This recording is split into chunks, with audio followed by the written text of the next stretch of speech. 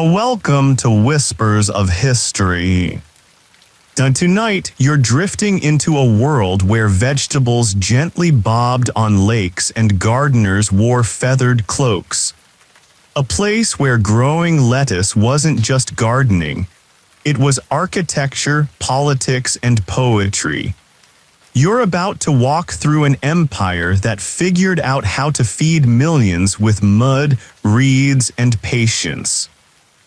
You'll want to settle in now. Grab your coziest blanket, dim the lights, and maybe let your phone battery breathe for once. A gentle warning before we begin: you probably won't make it through this day. But that's okay, that's sort of the point. As if your eyes are already halfway closed, go ahead and give this video a like so your future sleepy self can find it again. If you're still awake enough to type, leave a comment with where you're listening from and what time it is. There's something oddly comforting about knowing that someone in Norway is also half asleep thinking about Aztec lettuce. Now let's ease into tonight's journey. The world around you hums like a shallow drum. Water stretches wide and still beneath your feet, interrupted only by the softest ripples. It smells faintly of damp earth, crushed mint, and something floral you can't quite name. You're standing on a patch of land, except it's floating. And not in the magical sense, but in the suspiciously engineered, why is this so stable kind of way. This is an Aztec floating garden anchored into a lake bed with sharpened willow poles and packed with layer upon layer of lake mud, reeds, and decaying vegetation. Basically a compost lasagna. The reeds rustled gently, not from wind but from the slow passing of a canoe. A gardener rows past, his boat barely skimming the surface, gliding like a thought you're trying not to think too hard about. He's barefoot, wearing a simple cotton wrap and a wide-brimmed straw hat. Balanced in his canoe, baskets of amaranth, squash blossoms, and yes, lettuce. Which brings us to our first major historical fact. The Aztecs mastered intensive agriculture by creating artificial islands built in shallow lakes, allowing them to farm up to 7 crops a year. Not bad for people with no metal tools and an empire to feed. The gardener waves at you. Or maybe he doesn't, hard to say really. The sun is starting to glint off the water and everything is a little too bright, like someone turned up the exposure on reality. Birds flit overhead, most of them entirely uninterested in your presence. But one particularly judgmental heron gives you side-eye from a nearby post. You try not to take it personally. As you walk, the earth beneath your feet is springy but sturdy. Someone, maybe many someones, wove it, layered it, fed it. It's alive, this land, and just slightly damp. Now here's a weird cultural tidbit you didn't know you needed. Some farmers used tiny decorative dogs called to bless the crops, mostly by running around and being dogs. It's believed their presence kept away evil spirits, and probably rabbits. Historians still debate whether the layout was standardized or improvisational, like jazz, but with dirt. You walk on, dragonflies hover above the marshy edges. A woman in the distance is tending to her marigolds, humming something repetitive and beautiful in Nahuatl. The sound carries across the waters like a lullaby you never quite learned the words to. Oh, it's a good day to grow things, including dreams, especially the sleepy kind. The sun hasn't quite made up its mind yet. It lingers behind a scrim of soft clouds, casting everything in a dreamy, silvered haze. You're walking slowly now, partly because the path is narrow and partly because what's the rush? And to your left, another stretches wide like a patchwork quilt. Planted in careful rows, beans, maize, and lettuce. The kind with soft green curls and a surprisingly regal posture. If lettuce could judge you, this one would. The man tending it is muttering under his breath, likely cursing a gnat or his brother-in-law. He straightens and glances your way. He gestures toward the water and says something that sounds like a blessing or a warning or both. You nod solemnly, as one does when you have no idea what's been said but don't want to be rude. Major historical fact number 2, coming at you like a canoe on glassy water. We're so efficient that an acre could produce enough food to support 15-20 people. This made the Aztec capital one of the most densely populated cities in the world by the early 1500s. A floating metropolis with a salad obsession. Further along, you pass a small shrine built from smooth lake stones and crowned with flower petals. It's dedicated, you think, to the goddess, patron of beauty, love, and somewhat surprisingly, domestic crafts. Yes, even the divine appreciate a well-planted herb box. On today's obscure tidbit, Aztec gardeners often chewed chicle, the original chewing gum, while working, not just for the flavor but to keep their mouths shut. Gossip was considered a waste of breath, and besides, the plants were always listening. You pause near a patch of chili peppers. Their sharp, sweet scent cuts through the humid air. A child rushes past you barefoot, trailing laughter and a trail of muddy footprints. He's probably being chased, but it seems like the fun kind of chase. Probably. And there it is again, that gentle uncertainty.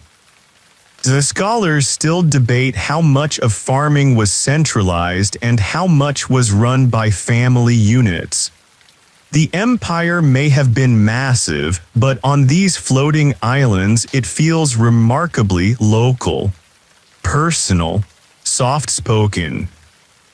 And as the day stretches, so does your awareness, not wider necessarily, just deeper.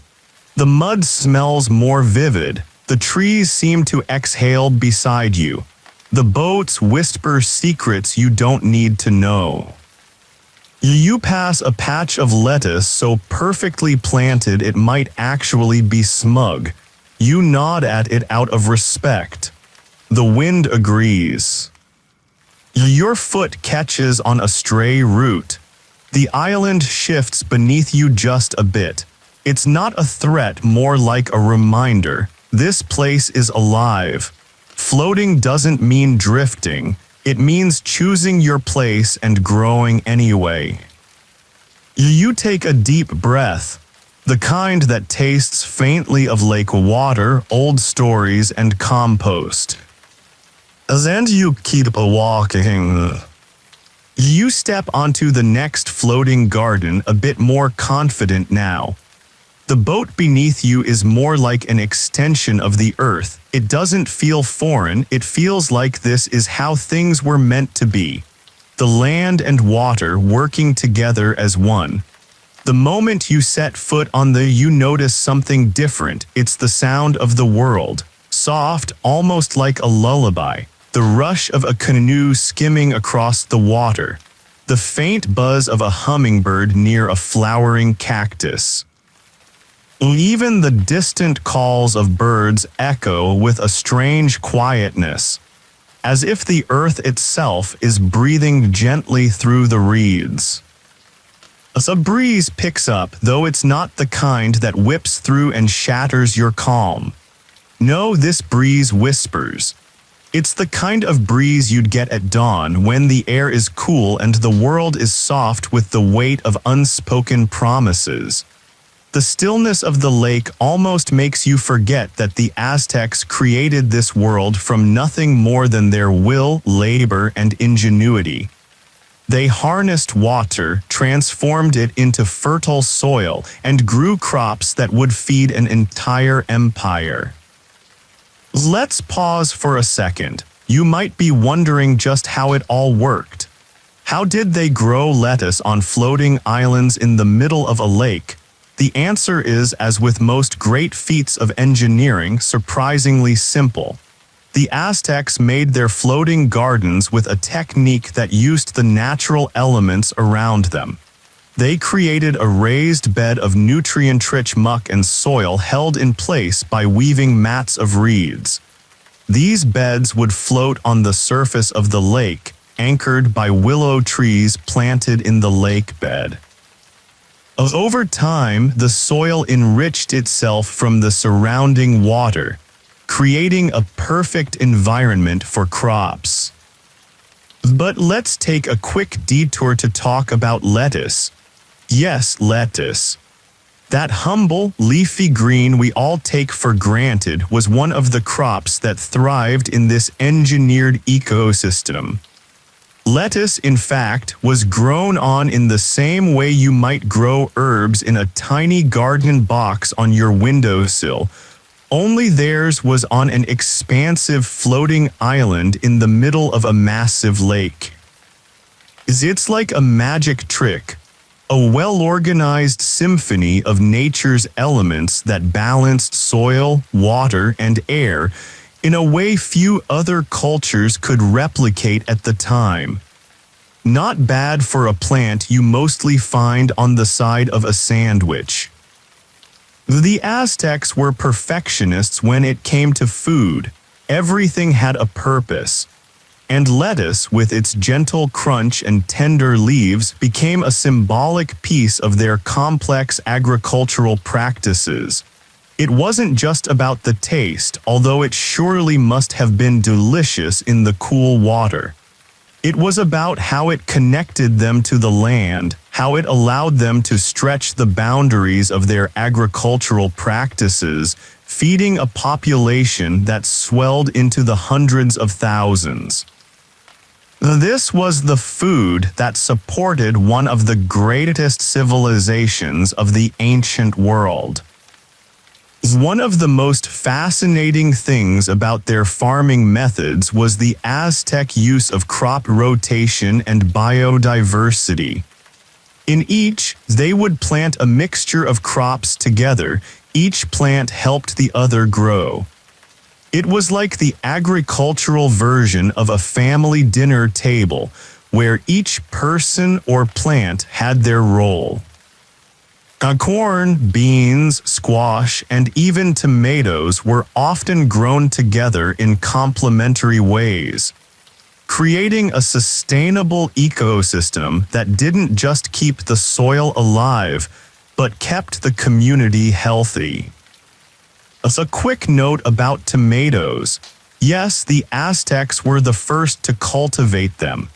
Historians still debate whether the exact tomato variety they used is what we enjoy today, but the Aztecs had a version of this fruit which they called long before it made its way to Italy. Imagine lettuce and tomatoes growing together in the same floating garden. Now that's a salad with some history. As you walk further into the maze of gardens, the air starts to smell like the best version of fresh vegetables. The mixture of damp earth, crisp lettuce leaves, and the slightly salty tang of the water blends into a scent that is both refreshing and grounding. You might not realize it now, but you've stepped into an environment where nature's most basic elements, water, air, and earth, are working in perfect harmony to sustain life. At the far edge of there's a small stone altar, simple but beautifully made, with carvings of flowers and corn stalks. Perhaps a prayer offering, maybe a thank you to the gods who blessed this fertile soil. The Aztecs were religious, yes, but their relationship with the earth was more personal than we often think. It wasn't just about appeasing the gods. It was about maintaining a delicate balance with the world around them.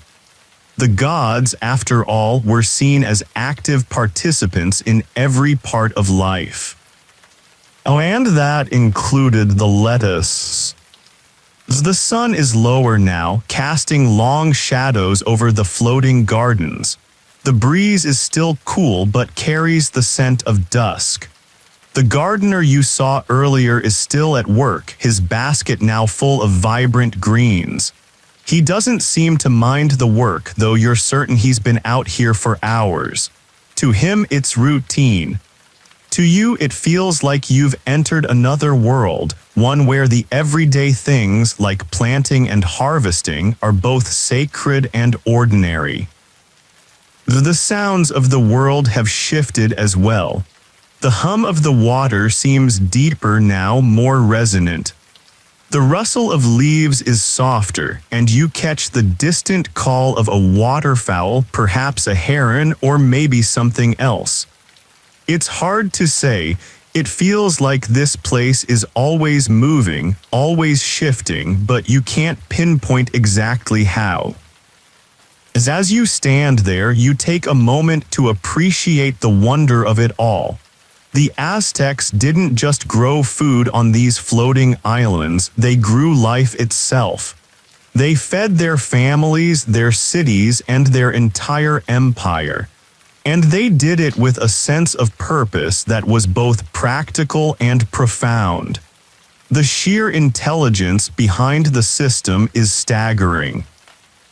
As if you think about it, it's the kind of thing that could have easily been lost to time, forgotten, were it not for the meticulous care the Aztecs put into every small detail. A funny thing happens when you stand in a place like this. It's like the earth itself leans in to share a secret. You realize that even the smallest things like lettuce are a reflection of the grandest ideas, the idea of balance, the idea of patience, the idea that nothing is as simple as it seems and that everything has its place in the grand design. Historians still debate how the Aztecs kept track of their time, their seasons, and their harvests. There's evidence that they used calendars, incredibly sophisticated ones, to ensure they planted at the right time, tended to their crops, and harvested when it was needed most. It wasn't just about growing food, it was about managing the cycle of life itself. As the light fades and the moon begins to rise over the water, you pause and take in the soundscape once more. The sounds of the floating gardens, the birds, the water, the rustle of leaves, are calming, like a lullaby that's gently pulling you deeper into the story. It's quiet now, only the soft rhythm of nature to guide you. The lettuce is still there, you didn't imagine it, it's real. And with it, everything else, the gardens, the Aztec ingenuity, is real too. The night air grows cool, and you know that the world around you will continue to turn, quietly, steadily, like the water under your feet. The night grows deeper, and the world around you shifts once more. The quiet that envelops this floating garden is like a soft blanket, the kind that pulls you in, tucks you under, and whispers that everything is exactly as it should be. The moonlight bathes and the water shimmers beneath you as if it's been dusted with stardust. As a distant boat hums across the water, it's more than a vessel, it's a lifeline carrying the fruit of the from one place to another. The boats of the Aztecs were more than simple transportation. They were a crucial part of the delicate balance that kept alive. These boats, named after the region famed for its floating gardens, were vital for the distribution of food. Not just lettuce, mind you. The gardens grew everything from tomatoes to avocados, and even chili peppers that added heat to every meal, each a precious gift from the earth. This transportation system was so effective that, though built on a series of islands, was self-sustaining. That's an impressive feat, especially when you think about it. The city was a labyrinth, a sprawling metropolis floating on the water. The way the Aztecs arranged everything, food, transportation, trade, was nothing short of ingenious. If you had lived in, you would have witnessed a buzzing, humming city that didn't rely on the things we think of today as basic. They didn't have large, flat lands for agriculture like we do now. Instead, they made their own land. And this new land was nothing short of a miracle. In fact, they were so well designed that some of them survived well into the 20th century. In places like, not far from Mexico City, you can still see them today, albeit much smaller and used more for tourism than for agriculture. But that doesn't make them any less impressive. These ancient gardens were in many ways a timeless symbol of how human ingenuity could transform what seemed like the most impossible environments into something fertile and life-giving. The fun fact, the Aztecs weren't just growing lettuce for themselves. They also cultivated plants for ceremonial purposes. Flowers, herbs, and certain plants were used in rituals to honor gods like the rain god and the goddess of beauty, fertility, and flowers. Imagine standing in one of these floating gardens with a bouquet of marigolds in your hand, offering them as a sign of respect to the divine forces that had blessed you with such abundance. In many ways, their relationship with the earth was one of reverence. It wasn't about domination or exploitation, it was about living in harmony with what they had. And when they harvested lettuce or any other crop, it was more than just gathering food. It was about giving thanks, performing rituals, and ensuring that the cycle of life would continue in a way that was balanced and sustainable. Historians still argue over how exactly the Aztecs managed to maintain the productivity of particularly since the soil was naturally rich in nutrients from the lake, but wasn't always consistent. Some suggest that the builders had an almost sacred understanding of the water cycle, and perhaps they knew how to build in such a way that the soil remained fertile. Others believe the lake's ecosystem itself was a perfectly orchestrated system, where the natural flow of water into replenished the soil. Either way, it was a remarkable system that demonstrated the Aztecs' deep understanding of nature's cycles. The quiet hum of the world around you continues as you follow a narrow path toward a new section of the garden. The water is calm, barely rippling, like the moment before you fall asleep when everything feels still and yet full of possibility. The reeds that once looked like simple plants are now standing tall, swaying gently with the rhythm of the evening. Their tips, sharp and green, almost look like they're reaching toward the sky, offering a gentle nod to the gods. It's getting late, but you don't mind. Time seems to slow down here on the floating gardens. There's no rush, no need to be anywhere but where you are right now. The moonlight casts long shadows across and the air feels thick with history, as if each plant, each reed, and each grain of soil has a story to tell. As you walk deeper into the gardens, you notice how organized everything is. There's a purpose to each plant. The corn stalks stand proudly on one side, towering over everything else like sentinels watching over the earth.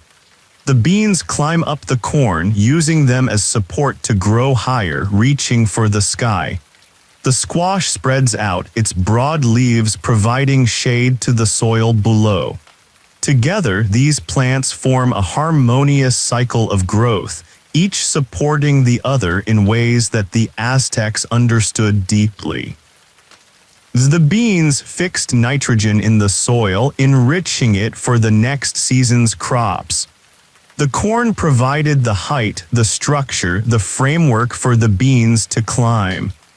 The squash, with its large, flat leaves, kept the soil cool and protected it from erosion. It was a symbiotic relationship, and one that created a food system that was not just productive but sustainable. It's almost hard to imagine today. We take our farming methods for granted, huge fields of crops, machines to help with planting and harvesting, vast agricultural systems that stretch for miles. But here in the Aztecs showed the world that you don't need vast stretches of land to create abundance. You just need a little bit of ingenuity, a lot of patience, and a deep understanding of how nature works. The floating gardens weren't just a way to grow food.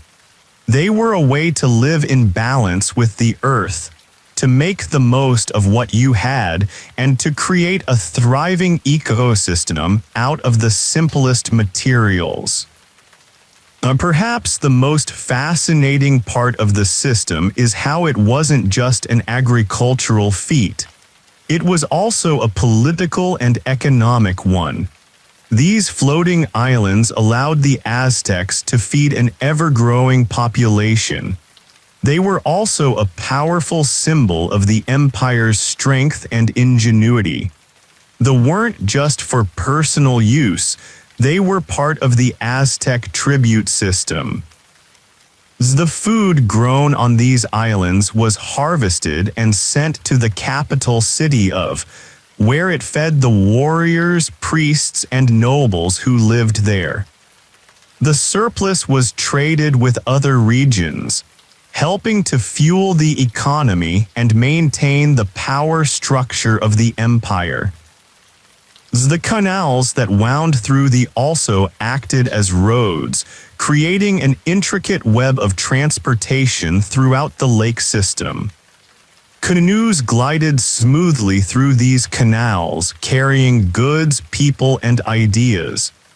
It's almost hard to imagine today that an entire city could be built on water, sustained by floating gardens, and connected by a network of canals. As the moon climbs higher in the sky, you pause to reflect on what you've just seen. The floating gardens are no longer just a curious sight. They're a window into a world where every aspect of life was connected, where the earth, the water, and the people were in perfect harmony. The Aztecs' floating gardens weren't just a feat of agriculture. They were a feat of human ingenuity, one that helped sustain a civilization for centuries. And in a strange way, they've come to represent the delicate balance that we still strive to achieve in our own lives, between nature, society, and the self. As you stand there taking in the peaceful scene, you feel a sense of calm settle over you. The stillness of the water, the soft whisper of the reeds, the moonlight reflecting off the surface, all of it combines to create a sense of timelessness. The Aztec floating gardens may have been built long ago, but the lessons they taught about balance, sustainability, and harmony are ones that still resonate today. The sky darkens further, the stars beginning to peek through the shroud of night. You can hear the gentle lapping of water against the edges of like the world breathing in and out. The only sounds are nature's whispers, reeds moving, birds calling in the distance, and the faint hum of a canoe passing somewhere far off, its silhouette framed by the distant glow of torchlight.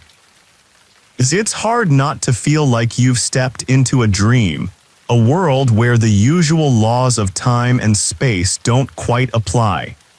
The Aztecs were masters of agriculture, but their influence reached far beyond simply growing food. They understood that everything, crops, people, gods, and nature, was interconnected. Their cities and temples weren't isolated from the land. They were an integral part of it, built on principles of balance, sustainability, and respect for the earth. You pause at the edge of one of the floating gardens, watching the reflection of the moon shimmer on the water. The ancient Aztecs would have used the cycles of the moon to plan their harvests, ensuring that crops were planted and reaped at the optimal times. This connection between the natural world and the human world wasn't just philosophical, it was practical. Every crop they grew, from corn to lettuce, had its place in the celestial rhythm. They had learned to read the skies just as well as they understood the soil beneath their feet. In a way, this was a sacred dance, the human body in motion with the earth, the land constantly giving, receiving, and regenerating. It's easy to forget today as we rush from one task to the next that the earth has its own rhythms. The Aztecs, however, lived by these rhythms. Their relationship with their environment was not one of conquest but of cooperation. The floating gardens were a testament to this philosophy, a man-made marvel that existed in perfect harmony with nature. Another oddity, historians debate whether the Aztecs viewed their agricultural practices as a form of art. Was farming just a means to sustain life, or was it an expression of culture, creativity, and spirituality? It's clear that the Aztecs didn't just plant crops, they designed landscapes, crafting gardens that were more than utilitarian. The arrangements were often aesthetic, with flowers, herbs, and vegetables growing side by side, creating living works of art that nourished the body and soul. But let's take a step back and think about the most important crop, corn. The Aztecs were so dependent on corn, or maize as it was known, that it wasn't just a food source, it was a god. The god, the feathered serpent, was said to have given the Aztecs the gift of maize. Without it, the civilization would have never thrived the way it did. This wasn't just a practical matter. Maize was at the heart of the Aztec identity. But let's get back to the lettuce for a moment. Lettuce wasn't just a simple side dish. The Aztecs knew how to appreciate even the most humble crops. While they loved their maize, their beans, and their squash, lettuce was another small gift from the earth that played an important role in the Aztec diet. It wasn't just grown for the sake of nutrition, it was also an aesthetic choice. The way it floated in the gardens, the tender, delicate leaves reaching toward the sky, the vibrant green of the lettuce contrasting against the dark water. It became a symbol of both practicality and beauty. The beauty of these gardens was that they were both functional and visually striking. This wasn't simply about maximizing crop yield, though that, of course, was a major benefit. They represented something deeper, a philosophical belief in the interdependence of all things, in the careful and respectful cultivation of life itself. As the water continues to glisten under the moonlight, you realize that this world, the world of the Aztec floating gardens, wasn't just a form of agriculture, it was a way of life. The Aztecs saw themselves as stewards of the earth, tasked with maintaining its balance, feeding the people, and ensuring that future generations could continue to thrive. They were artists, philosophers, and farmers, all rolled into one. As the night air grows colder and you pull your cloak around your shoulders, the floating gardens continue to stretch out before you, an endless expanse of green. But there's something else here too, the quiet hum of the city in the distance. You can just make out the silhouette of the grand Aztec capital rising above the lake. It's impossible to ignore the sheer scale of it. It's a city built on water, with canals winding through it, temples towering overhead, and markets full of vibrant goods. As everything in this world is connected, from the floating gardens to the grand palaces to the bustling markets of the city center. Everything feeds into something else. At the heart of was the great temple, where priests performed rituals to honor the gods, ensuring that the balance of the world remained intact. It was a city built on both sacred rituals and practical ingenuity. The Aztecs understood that life wasn't simply about surviving, it was about living in balance with the earth, the heavens, and each other. And the floating gardens were a tangible representation of this balance. As you stand here on the edge of one of these floating islands, you can feel the energy of this place. The very air seems to vibrate with the knowledge that the Aztecs understood something profound, that life was both fragile and resilient. They didn't just survive, they thrived. And the reason they thrived was because they learned to live in harmony with the land, to cultivate it with care, and to give back as much as they took. The fun fact, they were not just about food production. In some cases, they were also used to grow medicinal plants and flowers for religious ceremonies. This added a layer of spiritual significance to the gardens. The plants weren't just nourishment for the body, they were offerings to the gods, a way of honoring the natural world and the forces that governed it. The floating gardens, then, weren't just a method of farming, they were an expression of the Aztec worldview. Everything was interconnected, the gods, the land, the people, and the food they grew. This interconnectedness was the key to their success. The more you think about it, the more you realize how little we truly understand about the world of the Aztecs. They didn't just grow crops, they grew civilizations. They didn't just tend to the earth, they shaped it, molded it into something alive, something that could sustain them for centuries. As the moon climbs higher in the sky, you find yourself reluctant to leave this place. The floating gardens, with their quiet beauty and timeless wisdom, seem to hold something deeper. A secret that is hidden beneath the ripples of the water just out of reach. The world seems to be settling into a rhythm now, the night deepening with each passing moment. The gentle rustle of the reeds becomes almost hypnotic, lulling you into a sense of timelessness. There is something profoundly peaceful about being here, amidst the floating gardens, though their purpose stretching far beyond mere cultivation.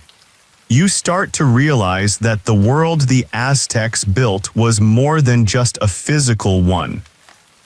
It was a spiritual ecosystem, woven together by the cycles of the seasons, the rituals of the people, and the delicate balance between earth and sky. As you stand there watching the moonlight dance upon the water, you're reminded of how vast this empire truly was. Wasn't just a city, it was the heart of an entire civilization, one that stretched across vast terrains from lush mountains to deserts, all united by this shared agricultural practice of farming. Floating on the lake was a perfect blend of nature and civilization. The city was surrounded by water, crisscrossed by canals with great causeways that led to the mainland. It was a city where nature and human ingenuity worked hand in hand, and they were not just a food source but also a fundamental aspect of the Aztec worldview. The gardens were a testament to the idea that human life should coexist with the environment in a reciprocal relationship where both flourish. But perhaps what makes this all the more astonishing is the fact that the Aztecs didn't have the luxury of wide expanses of fertile land. The empire was built upon a swampy lake. Yet they managed to cultivate not only lettuce and corn, but also exotic crops like vanilla, which would later make its way into European kitchens. The Aztecs didn't just grow food, they grew culture. As every crop planted in these floating gardens had significance, from the maize that was central to their diet and religion to the beans that nourished the people, allowing them to live well. One of the more intriguing aspects of their farming system was how it allowed the Aztecs to maximize their use of space. Instead of relying on traditional farming methods, they used every inch of their environment to create food. They were essentially miniature ecosystems in themselves, thriving with biodiversity. Not only did these floating gardens feed the Aztecs, but they were also designed to increase soil fertility naturally, using layers of decaying plants and lake mud that created a nutrient-rich environment for crops. The effort was neither small nor accidental. It was a process that took time, patience, and a deep understanding of nature. Historians still debate the exact role of in Aztec society, especially in terms of the social structure. Did they help reinforce the power of the elite class, or were they truly a communal effort that benefited the entire population? Some believe they were operated on a largely cooperative basis, while others think that the elite controlled the best plots, using them to maintain their dominance in the empire. Whatever the case may be, it's clear that they were one of the keys to the Aztecs' ability to sustain such a massive civilization on the water. As you continue to stroll, your feet gently pressing into the soft earth of the floating gardens, it becomes more and more clear. This was a system, a network designed to function at its highest potential. Each section of the floating garden was specialized, each element carefully thought through. For example, they grew flowers, herbs, and edible plants side by side, with specific care given to their arrangement. Flowers like marigolds were grown in abundance for ritual offerings. These flowers weren't just pretty, they symbolized the connection between the human and the divine. The very act of planting was, in a way, a ritual, a sacred dance of the land and the people. By now, the moon is high in the sky, casting soft silver shadows across the crickets in the reeds sing their gentle song, and the water is still, as though the lake itself is holding its breath. You pause for a moment, taking in the vast, sprawling beauty of the garden, so simple, yet so deeply profound. This landscape, this floating garden world, was the key to everything. The Aztecs were able to grow corn, beans, squash, tomatoes, and more on a space that appeared to be an impossible place to cultivate. These plants were not grown just to feed the population. They were part of a cosmic dance, as if they were tied to the stars, the gods, and the seasons. The floating gardens were an essential aspect of the Aztec worldview, where every crop had its place in the divine order of things. But of course, they didn't just grow plants. The Aztecs used the very water that surrounded them to support their agricultural feats.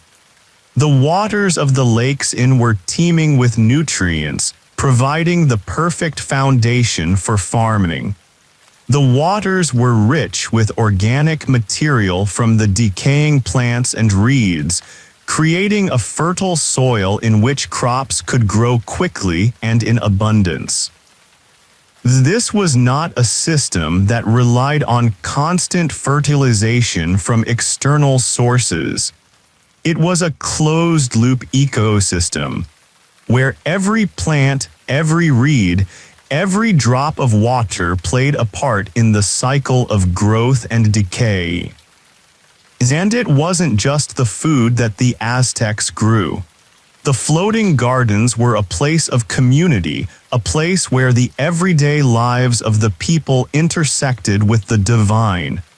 The gardens were sacred spaces tended with care, reverence, and dedication. Rituals were performed here. Offerings were made to the gods. The very soil was blessed, each seed planted as a prayer to ensure that the earth would yield its bounty. As you move deeper into you come across a section where corn is being harvested.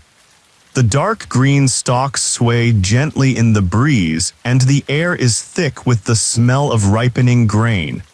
It's almost as if the land itself is alive, pulsating with the energy of the earth. Corn was the Aztecs' primary crop, central not only to their diet but also to their religion. The corn god was worshipped through rituals of planting and harvesting, ensuring the people were well nourished and protected. But there's more here than just the physical crop. This corn, these plants, were a symbol of life itself. Corn was the source of nourishment, but also the spiritual sustenance that the Aztecs relied upon.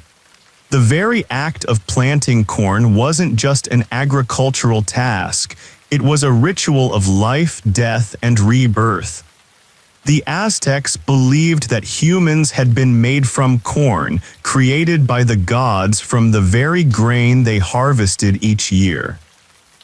Historians have long debated the mythology of the Aztecs and how it influenced their agriculture. Did the farmers see their work as a sacred act, a direct connection to the gods? Were the rituals tied to the growing season, ensuring that the gods would provide bountiful harvests? It's likely that these beliefs were not just symbolic, they were a direct part of the everyday life of the Aztecs. For them, farming wasn't just about survival, it was a spiritual act, a form of worship. The deep connection the Aztecs had with their food, their land, and the gods cannot be overstated. The act of growing food on these floating gardens was more than a physical task. It was a ritual of creation, a collaboration between humans, gods, and the earth itself. The night has fallen fully now, and the world around you feels more dreamlike than ever. The air is cool and crisp, carrying the faint scent of damp earth and wildflowers. It's as though the floating gardens themselves are breathing in sync with you, their pulse slow and steady. The water remains still, reflecting the heavens above as if the lake and sky are one.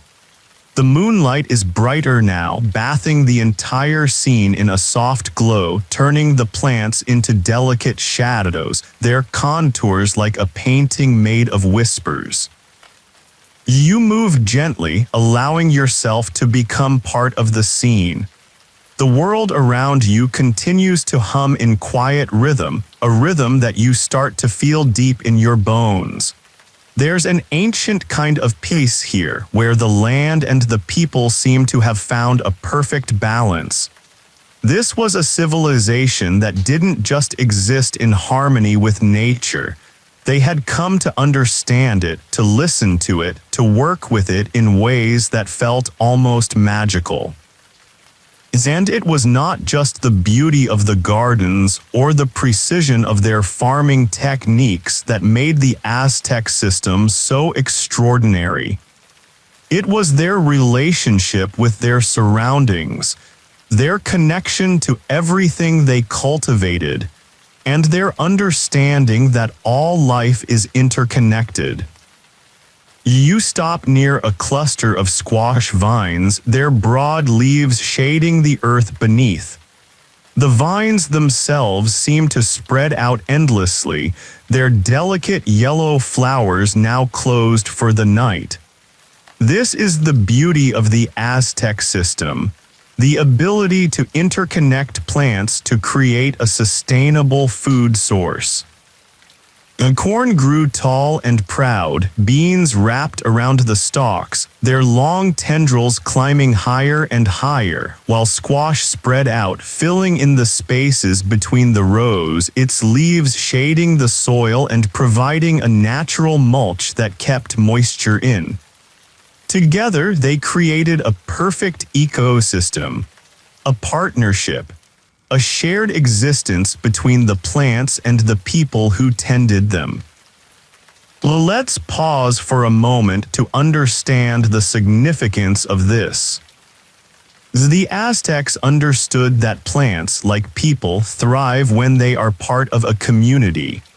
By planting crops together they ensured that each plant contributed to the other's growth. The squash leaves kept the ground cool and protected from erosion, while the corn provided a structure for the beans to grow. And the beans, of course, fixed nitrogen into the soil, replenishing it for the next season's crops. It was a truly sustainable system, a way of farming that not only provided for today, but also took care of tomorrow. And this wasn't just limited to the crops. The Aztecs also worked in harmony with the wildlife that shared their environment. While they cultivated the land, they also understood the importance of preserving the natural habitats that existed alongside their gardens. Fish, particularly tilapia, were raised in the waters surrounding providing yet another food source. It wasn't just the crops that thrived, it was an entire ecosystem. Fish, plants, humans, they were all part of the same cycle. Historians often wonder whether the Aztecs were conscious of the environmental sustainability of their methods, or if it was just a byproduct of their agricultural ingenuity. They certainly had an understanding of their land that we would consider sophisticated today, but whether they saw it as an ecological principle or simply as a practical necessity remains a matter of debate. Regardless of their awareness, their methods provided sustainable food for generations. As you wander deeper into the gardens, you can hear the faint sound of water lapping against the edges of the floating islands. It's a rhythmic sound that seems to be in perfect time with the gentle ebb and flow of the night. There is a peace here, a kind of calm that you can't quite explain. The night, with its cool air and moonlit waters, feels like a perfect moment frozen in time, the ideal balance between the world of the Aztecs and the world of the present. You take a deep breath, feeling the cool, moist air fill your lungs. It smells of earth, of damp soil, of water, and of growth. The scent is rich, alive, full of promise. You are surrounded by nature at its most abundant. They, with their complex network of crops, trees, and plants, are in full bloom. It's almost as though every inch of space is used with purpose. No corner is left untouched. Every plant has a role to play. Even the reeds that line the edges of the gardens are more than just decoration. They serve as the foundation for the floating beds, the essential structure that holds everything together. Every part of the system works in concert with the rest. The Aztecs didn't just plant food, they designed an entire living system where everything had its place and its purpose. It's fascinating how little we know about the daily life of the Aztecs in terms of their agriculture. We have records, yes, but much of what we know comes from the observations of Spanish conquerors, who were understandably more interested in the grandeur of the Aztec cities than in the details of everyday life. The true extent of Aztec agricultural knowledge, how they managed these floating gardens, how they constructed their system of irrigation, how they planned their harvests, is still a mystery in many ways. One aspect that historians are still unsure about is the role of insects in Aztec agriculture.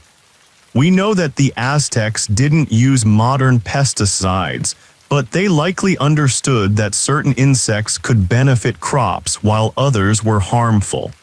Did they use natural methods to manage pests, or was it simply that the ecosystems in there kept things in balance? Some have suggested that they used companion planting, growing crops together that could help protect each other from pests. Others believe they simply let nature do the work, relying on the balance of their ecosystem to keep everything in check.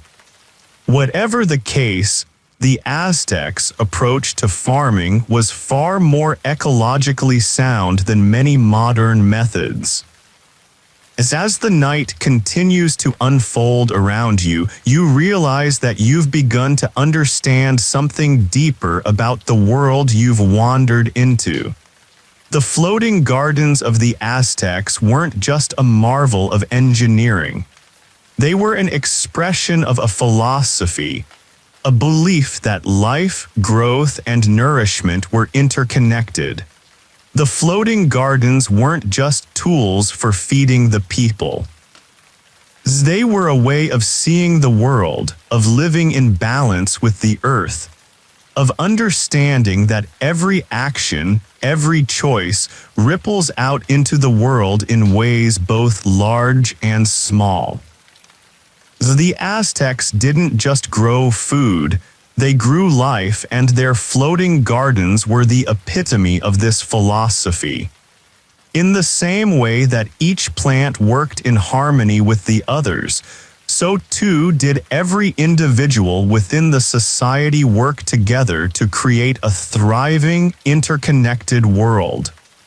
This was not just farming, it was a way of being. As you take one last look at the soft glow of the moon casting shadows over the water, you realize that this ancient system, this remarkable feat of engineering, was more than just an agricultural achievement. It was a testament to the ingenuity, creativity, and understanding of the Aztec people. It was a living, breathing reminder of what can be achieved when humans work in harmony with the earth, and a gentle reminder that balance, once found, is something worth holding on to. As the evening wears on, the stillness of the water and the moonlight blending with the faint scent of damp earth settle around you like a comforting blanket. The floating gardens stretch endlessly before you, a vision of calm and beauty that seems untouched by the passing of time. As every plant, every reed, every grain of soil feels like a living testament to the genius of the Aztec people, who, despite living on an island in a vast lake, somehow managed to carve out an entire empire built on the belief that their lives were connected to the earth in profound ways. As you walk along one of the narrow paths between you begin to notice the small details that make these floating islands come alive. The sharp, vivid green of the lettuce, the soft brown of the soil beneath it, the rustling of the reeds as they bend under the weight of the evening breeze. It's a place where nature, once disturbed, finds its way back into balance. The world feels like it's breathing along with the land, water, and sky. The Aztecs were masters of more than just agriculture. They were masters of balance, creating something truly extraordinary from the very elements they had. They had an almost magical ability to see how everything in their environment worked together. It wasn't simply about cultivating crops, it was about cultivating life itself. This understanding didn't stop at farming. It seeped into every facet of their society, from their architecture to their rituals and even their social structure. There was an order to everything. Just as the corn grew high, reaching toward the sun, the beans climbed around it, supported by it, while the squash lay low, covering the soil beneath. This metaphor was echoed in the social hierarchy of the Aztec Empire, where the emperor stood tall, surrounded by those who supported and strengthened the society. As you watch the water ripple slightly, disturbed only by a soft breeze, you notice a faint, delicate sound in the air. It's the soft hum of a canoe making its way across the water. A lone figure rows silently, their boat drifting gently through the canals that snake through the...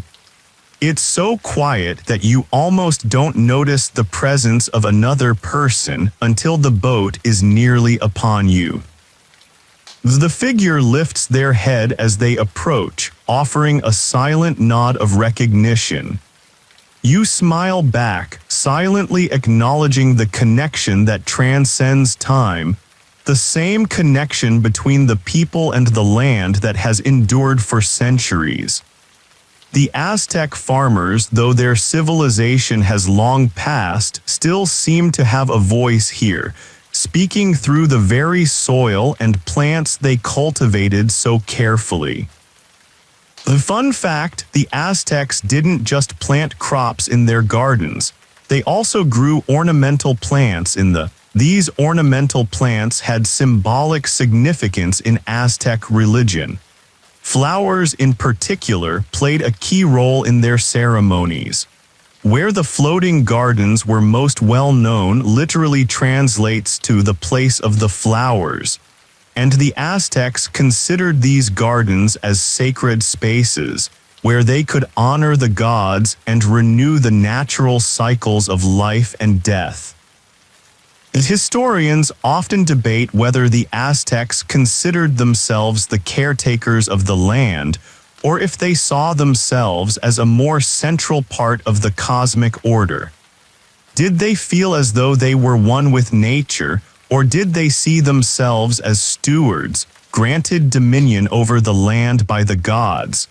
We'll never know for sure, but it's clear that their agricultural practices were rooted in respect for the natural world, and that belief was woven into the very fabric of their daily life.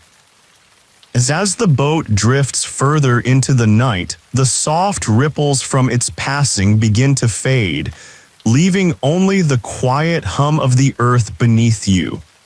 This is the calm that the Aztecs must have felt every evening as they tended to their gardens, their land, their empire. They were connected to the earth, and the earth was connected to them. As the night has become darker still, and the world around you feels even more dreamlike. The stillness of the lake is palpable, and the floating gardens shimmer gently in the moonlight, each one a piece of art, a symbol of the Aztec ability to transform the earth into something extraordinary. You've walked these paths long enough to start feeling as though you too have become part of this place.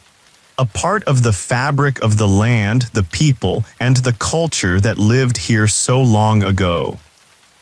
As you stand still and watch the water, something catches your eye.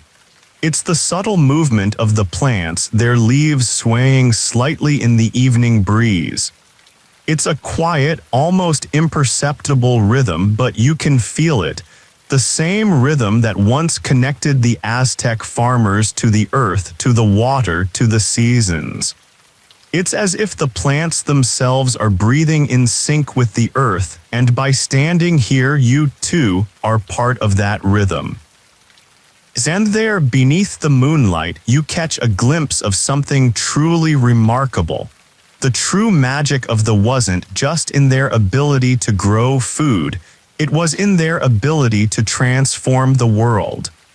These gardens, built on nothing more than the earth beneath the water, became symbols of resilience, creativity, and innovation.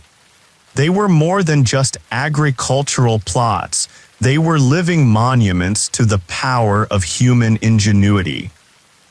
This was a civilization that had learned to work with the land rather than conquer it. They understood that to grow, to thrive, one had to be in balance with nature. They didn't need machines or complex technologies to sustain themselves. They had everything they needed in the resources around them: the water, the soil, the reeds, the plants, and the animals.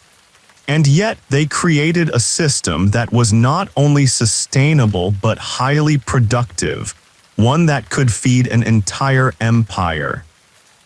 The more you look at the floating gardens, the more you realize how little we understand about what the Aztecs truly achieved.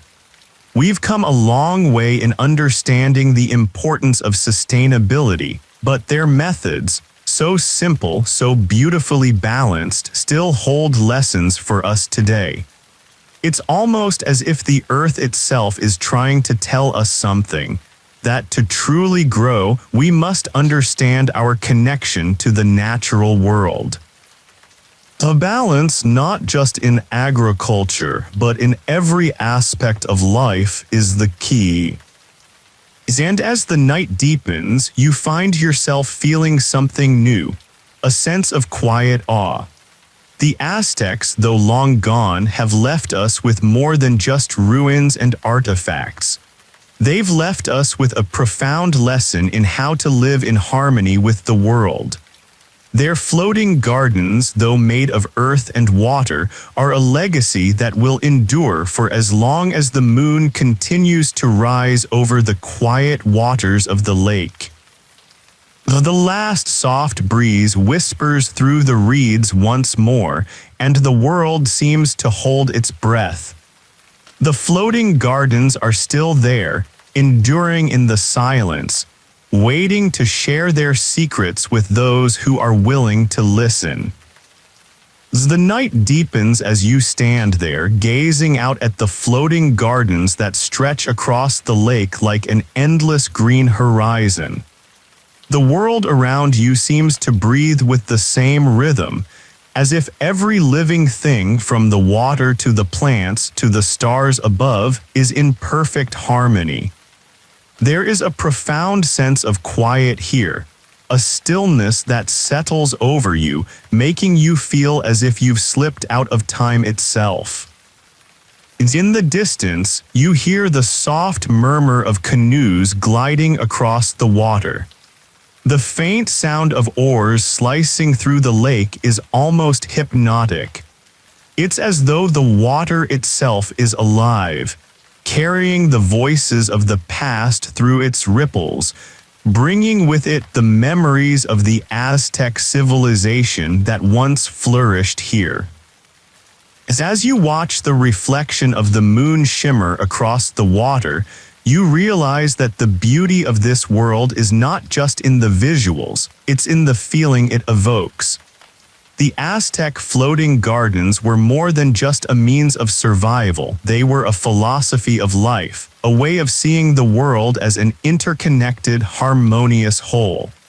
The Aztecs saw no separation between the physical and spiritual worlds. To them, every crop, every plant was a reflection of the divine. Though with their fertility and abundance were not just a product of human ingenuity, they were a gift from the gods. Historians still debate the exact religious significance of the floating gardens. Some believe that they were used for ceremonial purposes, providing not just food but also a space for the Aztecs to honor their gods. Others argue that the gardens were simply a practical solution to a very real problem: how to feed a growing population in a city built on a lake. Whatever the case may be, there's no denying that they were a key part of the Aztec identity. They were a physical manifestation of the Aztec worldview, where everything, land, water, and sky, was connected. The quiet hum of the world continues around you, and for a moment you lose track of time. The only thing that exists is the moonlit water, the floating gardens, and the subtle, comforting sound of nature. You feel at peace, grounded in the knowledge that this place, there was a place where life and nature were held in delicate balance. The Aztecs, with their incredible ingenuity, had created a world where the earth fed them, but also nourished them in a deeper, more spiritual way. As you walk slowly through the gardens, you notice that the leaves of the plants seem to shimmer in the moonlight. The water beneath them is dark, almost black, but the reflections make it look like the plants are floating in the sky itself. It's a hauntingly beautiful sight, one that feels like it belongs to another time, another world. Here's an interesting tidbit. The Aztecs didn't just plant crops they also used these islands for aquaculture, raising fish like tilapia in the same waters that nourished their crops. These fish were an important source of protein and were often raised alongside the plants, creating a perfectly integrated ecosystem. The fish helped keep the water clean, while the plants provided shade and food for the fish. The symbiosis between the crops and the fish is just another example of how the Aztecs worked in harmony with the environment. The more you think about it, the more you realize that the floating gardens were, in many ways, a microcosm of the Aztec world. Just as the gardens balanced plants, fish, and water, the Aztec society balanced religion, agriculture, and politics. Everything worked in harmony, and at the center of it all was a profound respect for the land and its ability to provide. As the night settles deeper into its embrace, the air becomes cooler, and the world around you grows even quieter. The floating gardens seem to blend into the darkness, their outlines soft and indistinct in the moonlight.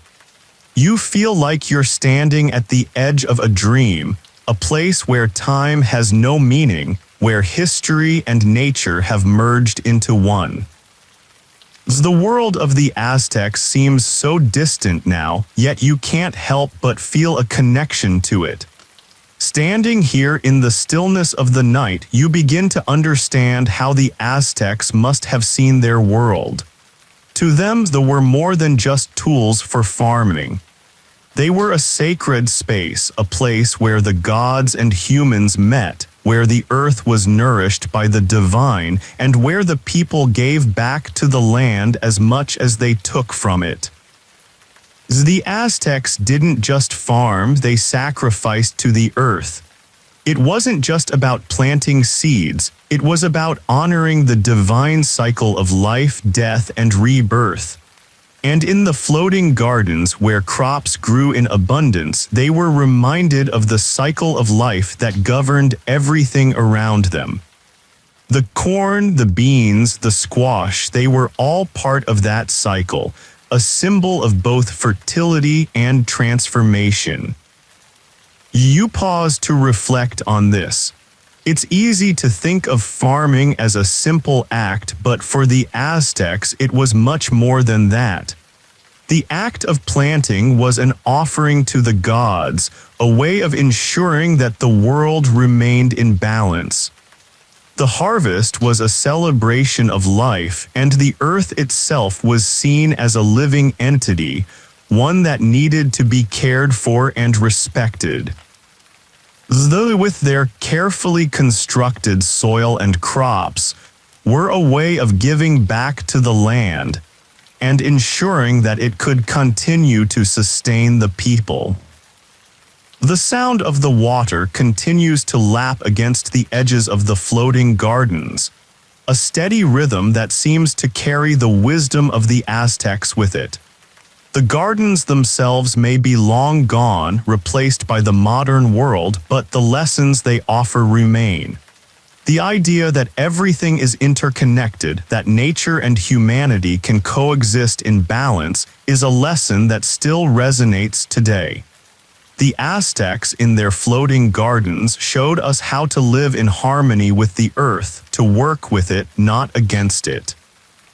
And as you stand there, watching the reflection of the moon on the water, you feel a deep sense of peace. The world around you is still, and yet it is full of life. The Aztec gardens, though they are no more, are still alive in the stories, in the lessons, and in the connections that we make with the earth around us. The air around you feels still, but not in an oppressive way. Instead, it's as though the entire world is waiting, holding its breath for the next moment. There's a certain quiet reverence here on the floating gardens. No rush, no hurry, just the steady, unhurried flow of life as it was meant to be. The moon continues its slow ascent in the sky, casting everything in a soft, ethereal light that transforms the gardens from mere agricultural plots into something sacred. It feels as though the land itself is alive, responding to the cosmic rhythm of the universe, tuned perfectly to the cycle of the seasons, the rise and fall of the sun, and the steady beat of the earth. You stand near the edge of a floating garden, watching the soft ripples of the water catch the moonlight. Each wave, however tiny, seems to hold a reflection of everything around you: the floating gardens, the stars above, and the memory of a people who once lived in perfect harmony with the world. As you stand there, you can't help but feel the presence of the Aztecs, not just in the soil or the plants, but in the very air around you. Their presence seems to hang in the quiet, as though their thoughts have settled into the landscape, their understanding of the earth lingering in the delicate balance of the ecosystem they created. It's as if the floating gardens were more than just a feat of agriculture. They were an embodiment of the Aztec worldview, where everything was interconnected, and every action had a ripple effect.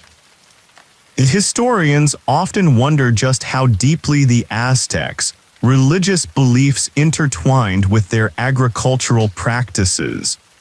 The most notable gods, such as the god of rain and the feathered serpent god associated with life and agriculture, played significant roles in the spiritual life of the Aztecs. But what about the lesser gods, those who presided over the everyday things, like crops, the soil, and even the reeds that made up the floating beds of the? Did they see their gardens as offerings to these gods, or were they seen more as a practical solution to the problems of agriculture? The answer isn't clear, but it's likely that for the Aztecs, agriculture and religion were one and the same.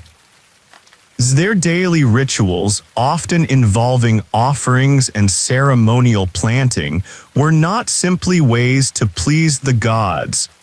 They were ways to ensure that the land remained fertile and abundant, and that the cycle of life, death, and rebirth continued as it was meant to.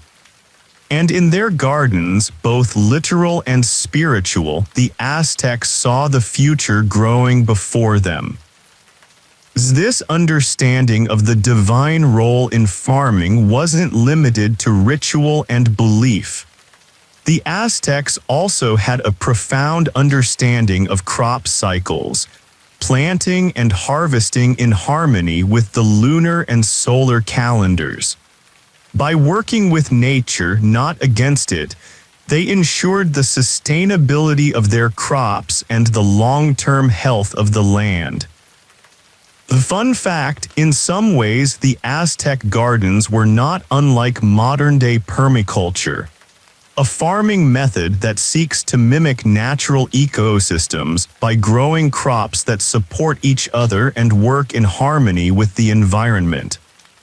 Though the concept wasn't fully realized by the Aztecs, their gardens embodied the same principles of sustainability, diversity, and interconnectedness that we now see in sustainable farming practices. As you stand in the quiet, taking in the atmosphere, you begin to realize how much wisdom the Aztecs have to offer. Their knowledge of the land and their reverence for nature, cultivated over generations, is a legacy that we can still learn from today.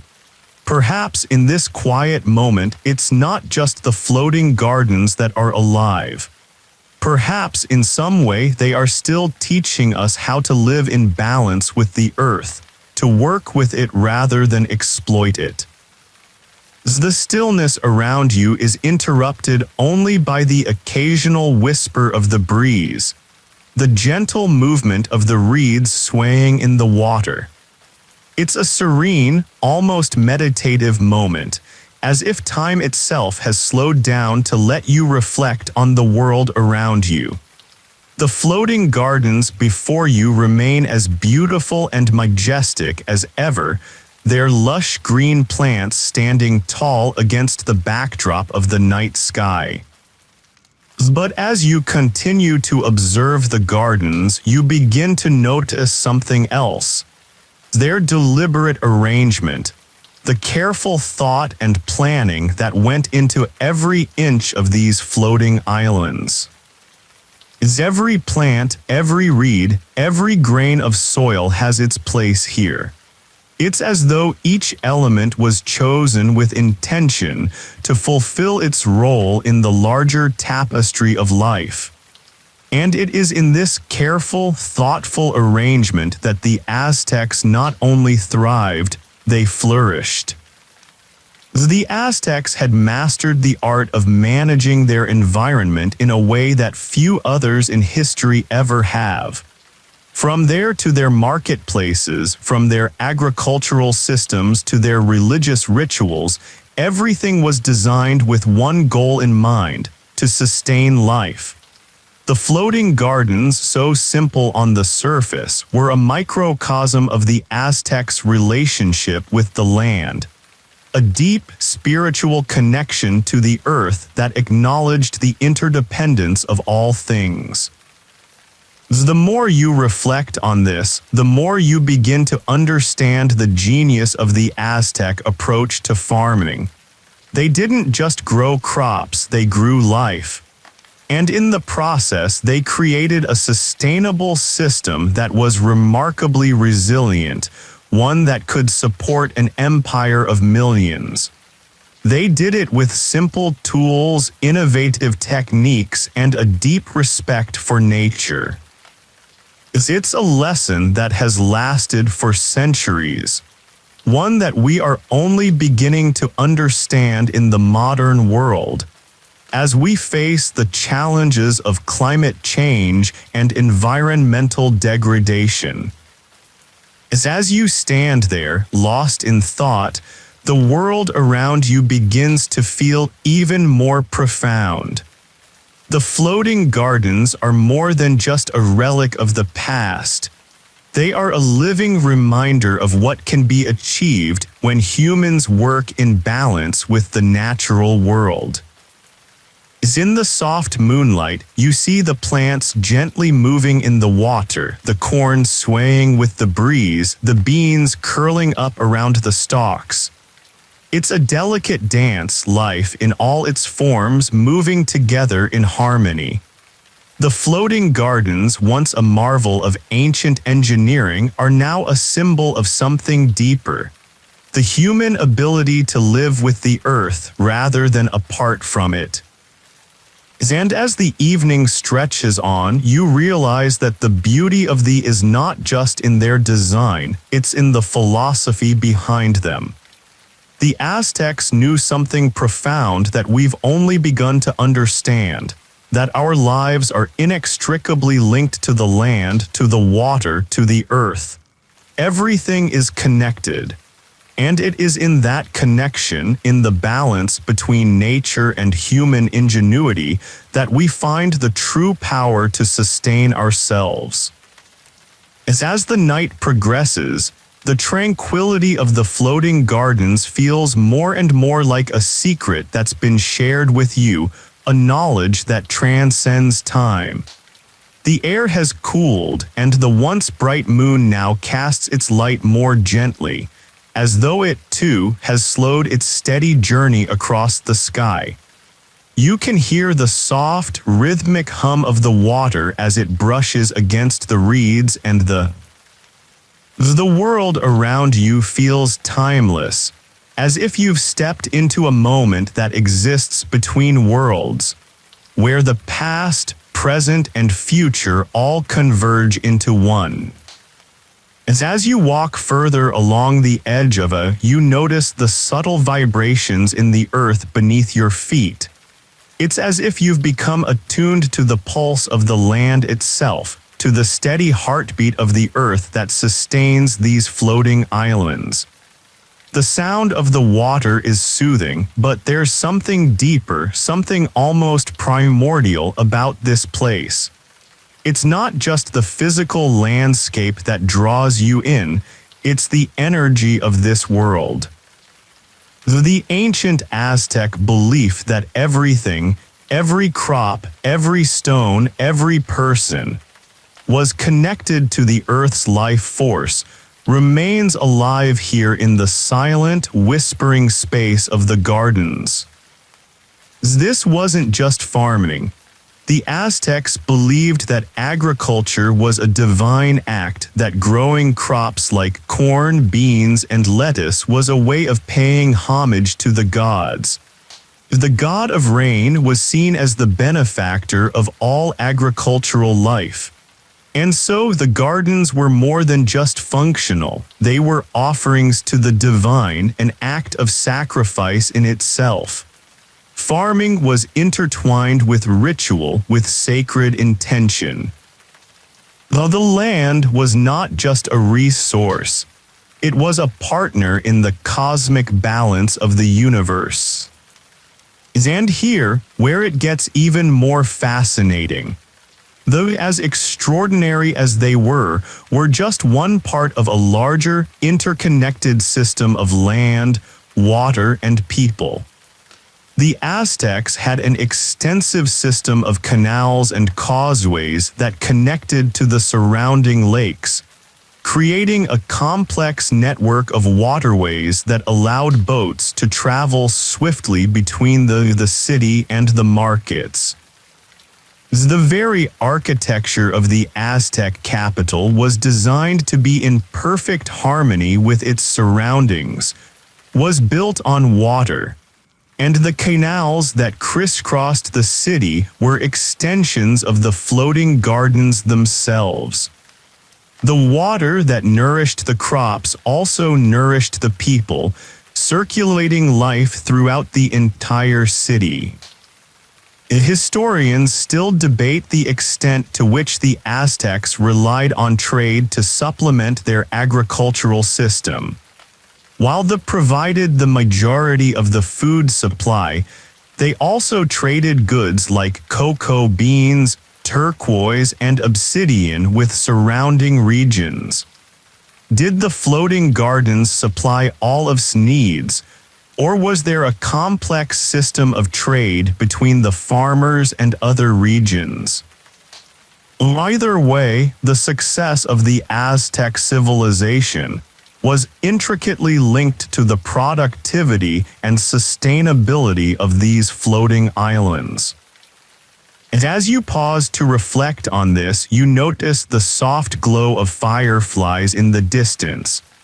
The air smells faintly of flowers, herbs, and something slightly sweet, perhaps the distant scent of vanilla growing on one of the distant islands.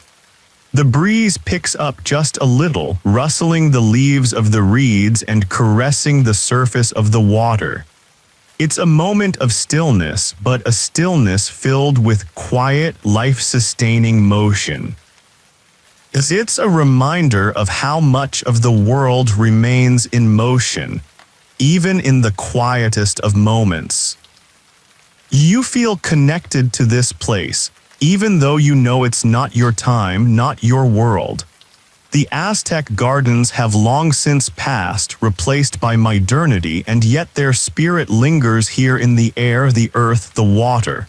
There's a certain wisdom that these gardens hold, a wisdom about living in balance, about respecting the earth and working with it instead of against it. The Aztecs understood something that we often forget today, that nature is not separate from us. It is not a resource to be exploited.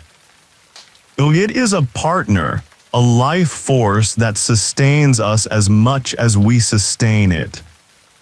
The night is now nearly complete, the soft light of the moon casting delicate shadows across the floating gardens. You've walked for hours, but the world around you feels as if it hasn't moved at all. The gardens remain constant, steady, and eternal. The plants continue to grow, the water continues to ripple, and the earth continues to support all that it nurtures. As you pause for a moment, you take a deep breath, feeling the cool, damp air fill your lungs. The scent of wet earth, flowers, and the faintest trace of aquatic life surrounds you. It's a calming, rejuvenating feeling, as though this world, this landscape, has a healing quality.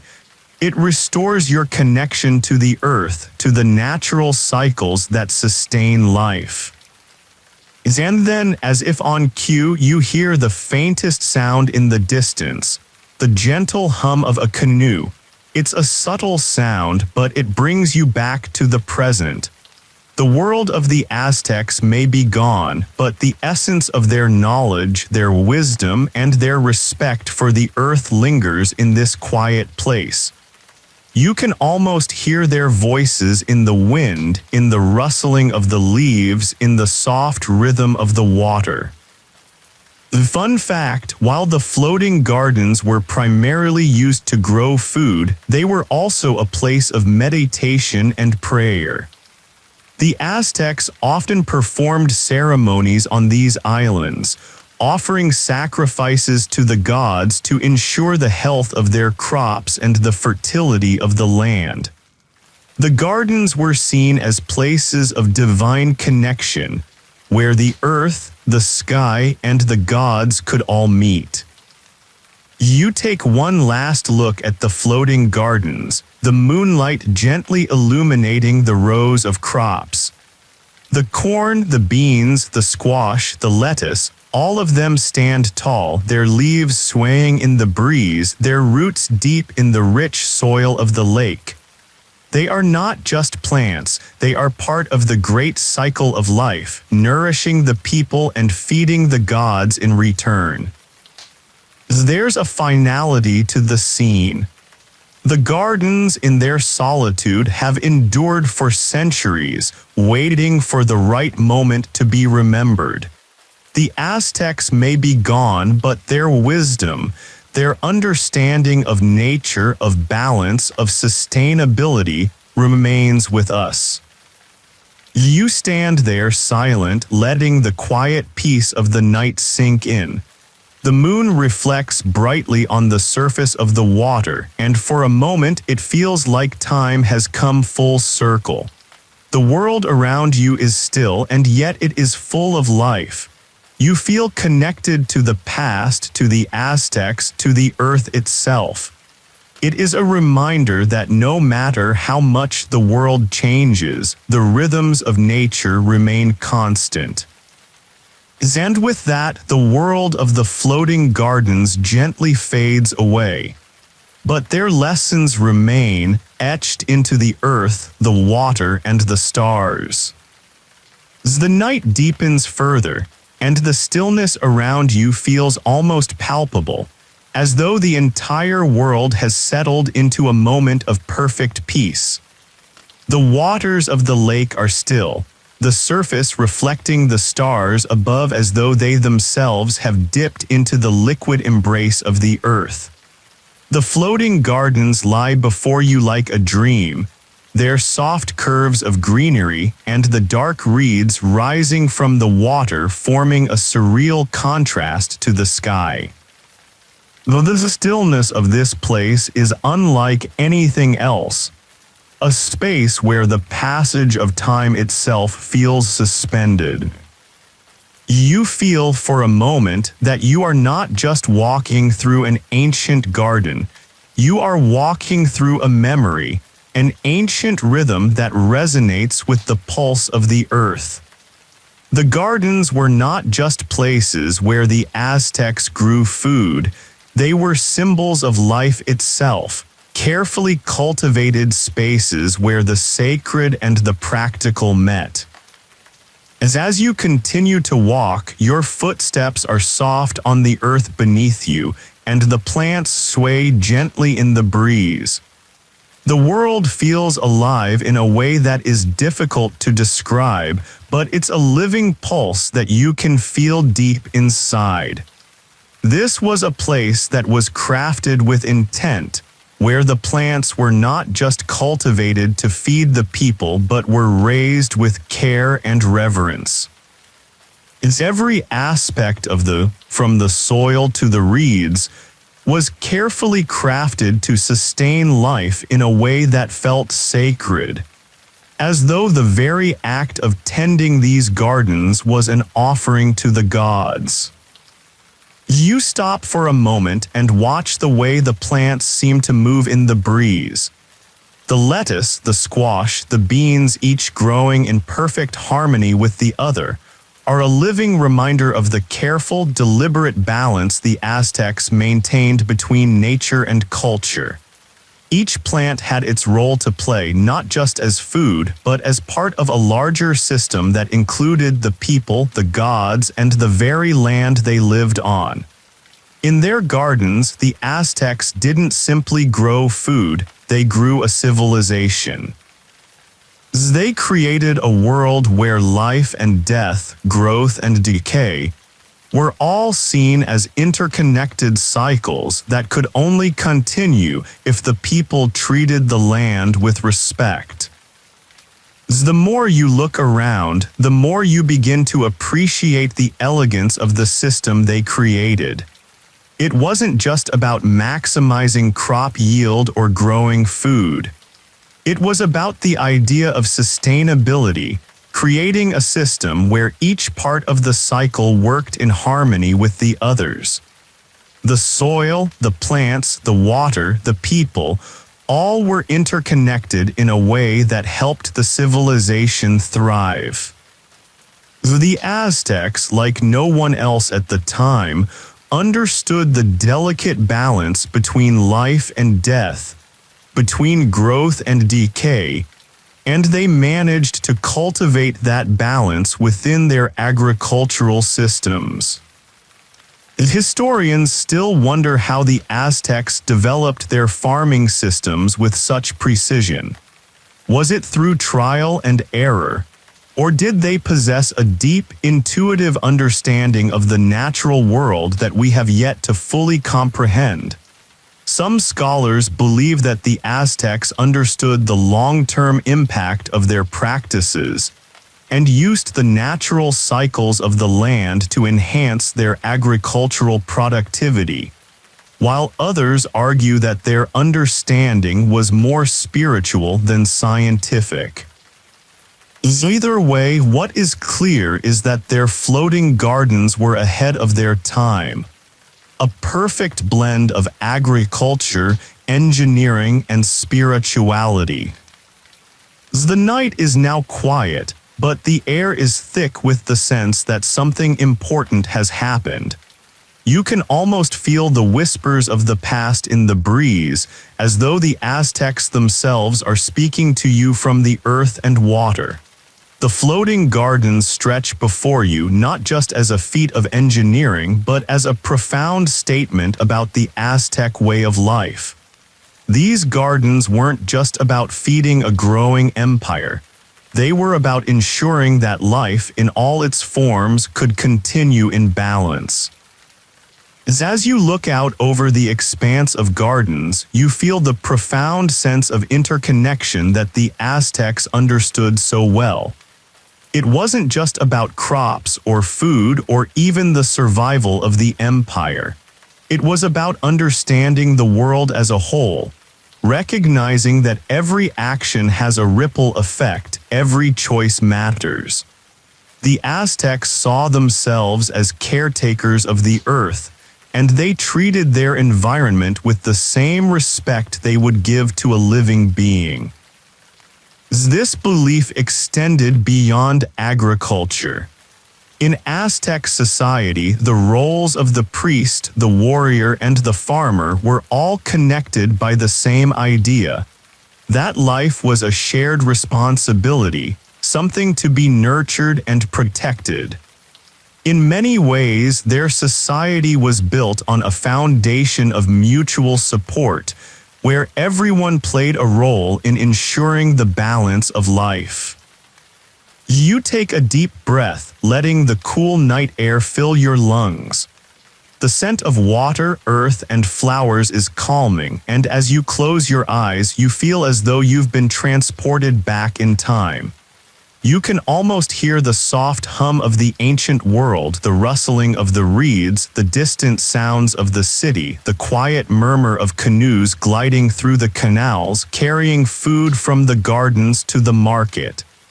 Everything is in motion, everything is alive, and yet everything is at rest.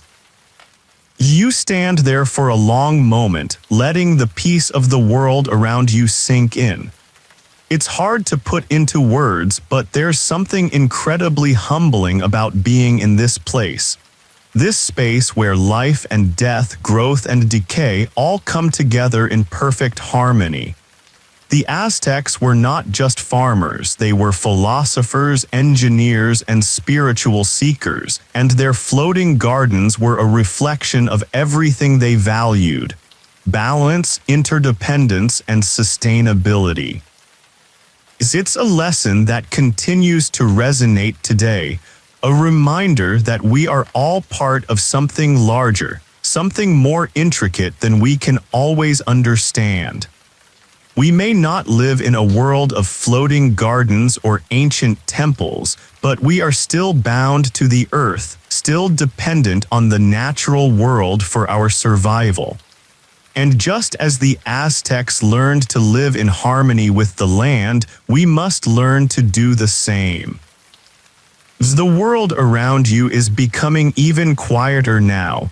The soft lapping of the water against the edges of the floating gardens being the only sound to pierce the stillness. The air is cool, the gentle breeze bringing a sense of calm that seeps deep into your bones. It's almost as if the world has paused, holding its breath, allowing you to reflect on the ancient Aztec wisdom that still echoes through the night. As you walk along the edge of the dense vegetation gives way to a clear view of the distant city of. The lights of the city twinkle softly in the distance, reflecting off the calm waters. You can imagine how the Aztec people felt when they saw this sprawling metropolis, a city built on water, surrounded by the fertile floating gardens that nourished the entire population. Built in the middle of a lake was a marvel of engineering and urban planning. The Aztecs were not just farmers. They were architects, city planners, and engineers, creating a society that balanced the human need for structure and order with the natural world's wild, untamed energy. The floating gardens were more than just tools for growing food. They were an expression of the Aztec way of life, a way of honoring the land, the sky, and the gods. Every row of lettuce, every stalk of corn, and every vine of squash was not simply planted to feed the people, it was a ritual, a gift to the divine forces that the Aztecs believed controlled the earth. These gardens were a reflection of the Aztecs' understanding that everything in the world was connected. Every plant, every animal, every person, and every element of nature. They were a way of living in harmony with the environment, rather than trying to dominate it. It's a lesson that seems more relevant today than ever. We live in a world where nature often feels like an afterthought, something to be exploited for resources. But in the Aztec worldview, nature was not just a resource, it was a partner in the cycle of life. And this balance between humans and the environment is the key to the success of their floating gardens. They worked with the land, using its natural rhythms to sustain their civilization. As you stand by the water watching the moonlight reflect off the surface, you realize that the wisdom of the Aztecs was not just practical, it was spiritual. The floating gardens were an offering to the gods, a way of ensuring that the earth would continue to provide for the people. The act of planting, of nurturing crops, was a sacred duty, one that was intimately connected to the cycle of life and death. The more you reflect, the more you realize that the beauty of the lies not just in their engineering, but in the philosophy they represent. In every garden, every plot of land, there is a deep understanding of the connection between humans and nature, a bond that is both delicate and unbreakable. The Aztecs saw the earth as a living entity, one that required care and respect. It was not something to be exploited, but something to be nurtured and tended to, in the same way that a farmer tends to their crops. This philosophy extended beyond the realm of agriculture. The Aztec society as a whole was built on principles of interdependence and balance. Each class, each role, each person in Aztec society had a part to play in maintaining this balance. The priest served the gods, the warrior protected the people, and the farmer fed them all. Each was a crucial part of the whole, working together to maintain the delicate equilibrium that allowed the empire to thrive. As you pause to take this all in, you feel a profound sense of gratitude for the world around you. The floating gardens, the night air, the quiet of the lake, they all seem to speak to you, reminding you that the lessons of the Aztecs are still relevant today. In a world that often feels disconnected from nature, the Aztecs show us the power of working in harmony with the land, rather than against it. The stillness of the night seems to stretch out forever, and yet, as you stand by the edge of you feel that you are in a place where time doesn't exist.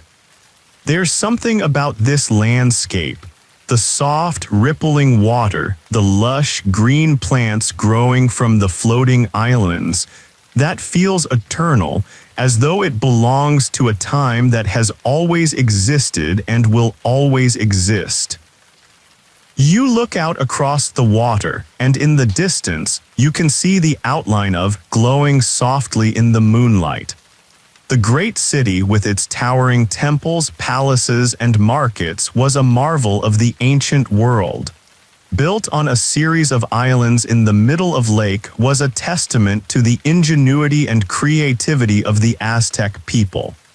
The floating gardens were the lifeblood of the city, providing food for the population, while also symbolizing the Aztecs' deep understanding of their connection to the earth.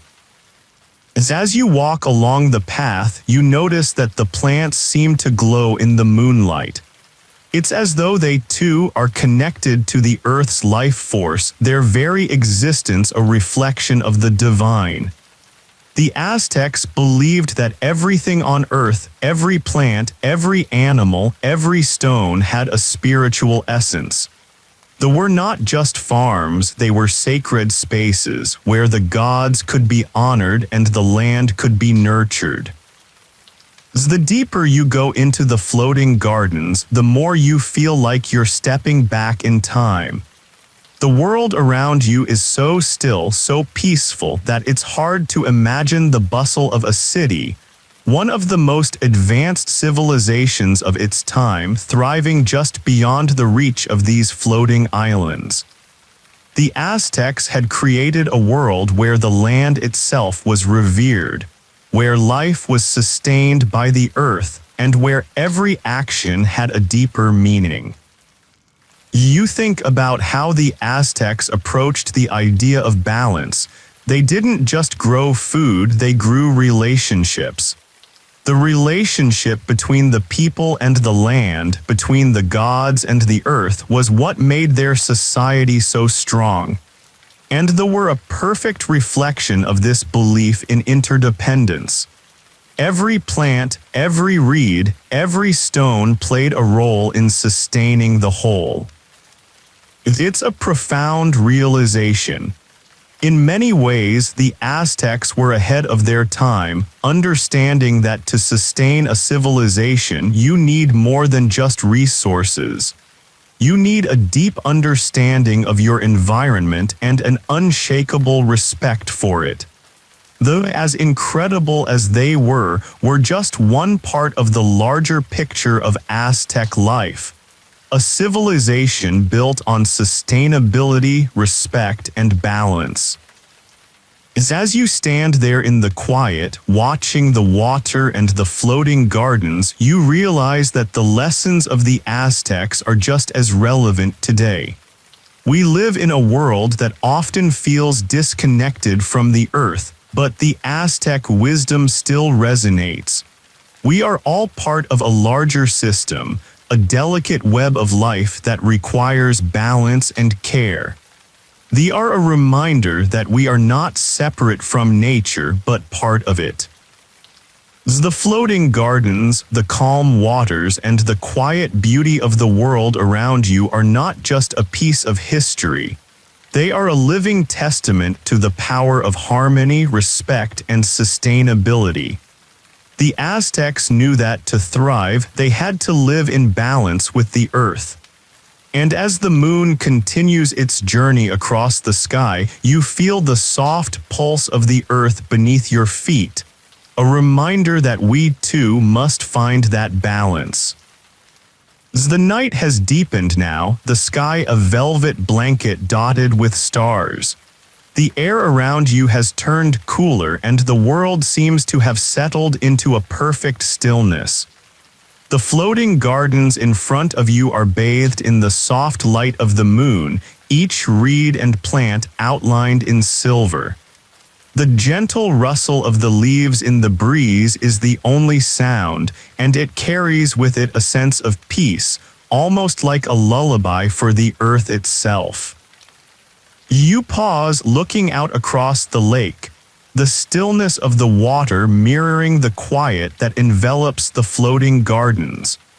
There's a certain magic here, something ethereal, as though time has forgotten its usual march and left this world suspended in the glow of the moon.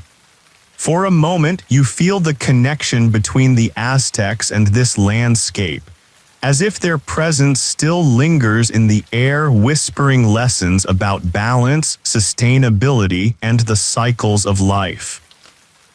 As you stand there, taking it all in, you can't help but wonder how it must have felt to live here, surrounded by such abundance. The Aztecs were not just great warriors or builders, they were stewards of the land with an innate understanding of how to live in harmony with the earth. They didn't simply take from the land, they gave back to it. Their methods of farming, were based on an intimate understanding of the land's needs and rhythms. As every plant, every crop, every reed was part of a delicate balance that sustained their world. The Aztec people saw the land as a living entity, something to be respected and nurtured, not exploited. In their floating gardens, they didn't just plant crops, they tended to life. Every season, every harvest was a sacred act, a ritual that connected them to the divine forces that they believed watched over them. The water that nourished their crops, the soil that provided nutrients, and the air that allowed everything to grow, all were seen as gifts from the gods.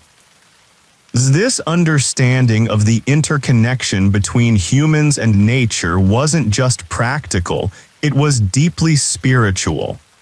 The Aztecs believed that by living in harmony with the earth, they were fulfilling their spiritual duty. The act of farming was as much about spiritual devotion as it was about providing sustenance. It was a form of worship, an offering to the gods that allowed the cycle of life to continue. Historians often wonder whether the Aztecs viewed their farming practices as a form of art, as well as a practical means of survival. Did they see themselves as artists, shaping the land into something beautiful and life-giving, or was it purely a functional endeavor? The answer is likely a bit of both. The gardens were functional, yes, but they were also beautiful, and they were a reflection of the Aztec worldview. A worldview that saw the divine in all things, even the simplest of crops. As you stand by the water, lost in thought, the reeds sway gently in the breeze, and the night seems to grow even quieter. The floating gardens, though long gone, still feel alive in this moment. The lessons they imparted about living in balance with the earth are just as relevant today as they were hundreds of years ago. Perhaps even more so, given the challenges we face in our modern world. The moon is now high in the sky, casting a silver glow over the scene before you. The floating gardens stretch endlessly in front of you, each one a testament to the incredible ingenuity of the Aztec people. As you gaze at the lush green plants, you begin to understand the full scope of what they represented. These gardens weren't just about growing food. They were about creating life, maintaining balance, and honoring the earth in every act of cultivation. Each garden was a sacred space, carefully crafted to mirror the natural world around it. The Aztecs were not the first to practice agriculture, nor were they the last. But their approach to farming was unlike anything that had come before or has come since. They were able to turn a swampy lake into a fertile paradise, creating a world where plants, animals, and people could live in perfect harmony. They were not just agricultural plots. They were microcosms of Aztec society, where every element was intertwined and interdependent. As you continue to walk along the edge of the floating gardens, you notice that there's a rhythm to everything here. The plants grow in patterns, the water flows with a steady pace, and even the breeze seems to follow a natural flow. It's as though the very land itself is alive, responding to the needs of the plants, the people, and the animals. The Aztecs didn't simply use the land, they worked with it, understanding that nature had its own rhythms, its own cycles, and its own wisdom. They were not conquerors of the earth, they were its partners, working together to ensure that the land could continue to provide for them and their descendants. This is something that many of us have forgotten. In our modern world, we've become accustomed to viewing the land as something to be exploited, something that exists solely for our use. But the Aztecs understood something that we've lost. The land is a living entity, and our relationship with it must be one of respect and care. It's a lesson that's more important than ever today as we face challenges like climate change and environmental degradation. Though the Aztecs may have lived hundreds of years ago, but their understanding of nature is as relevant now as it ever was.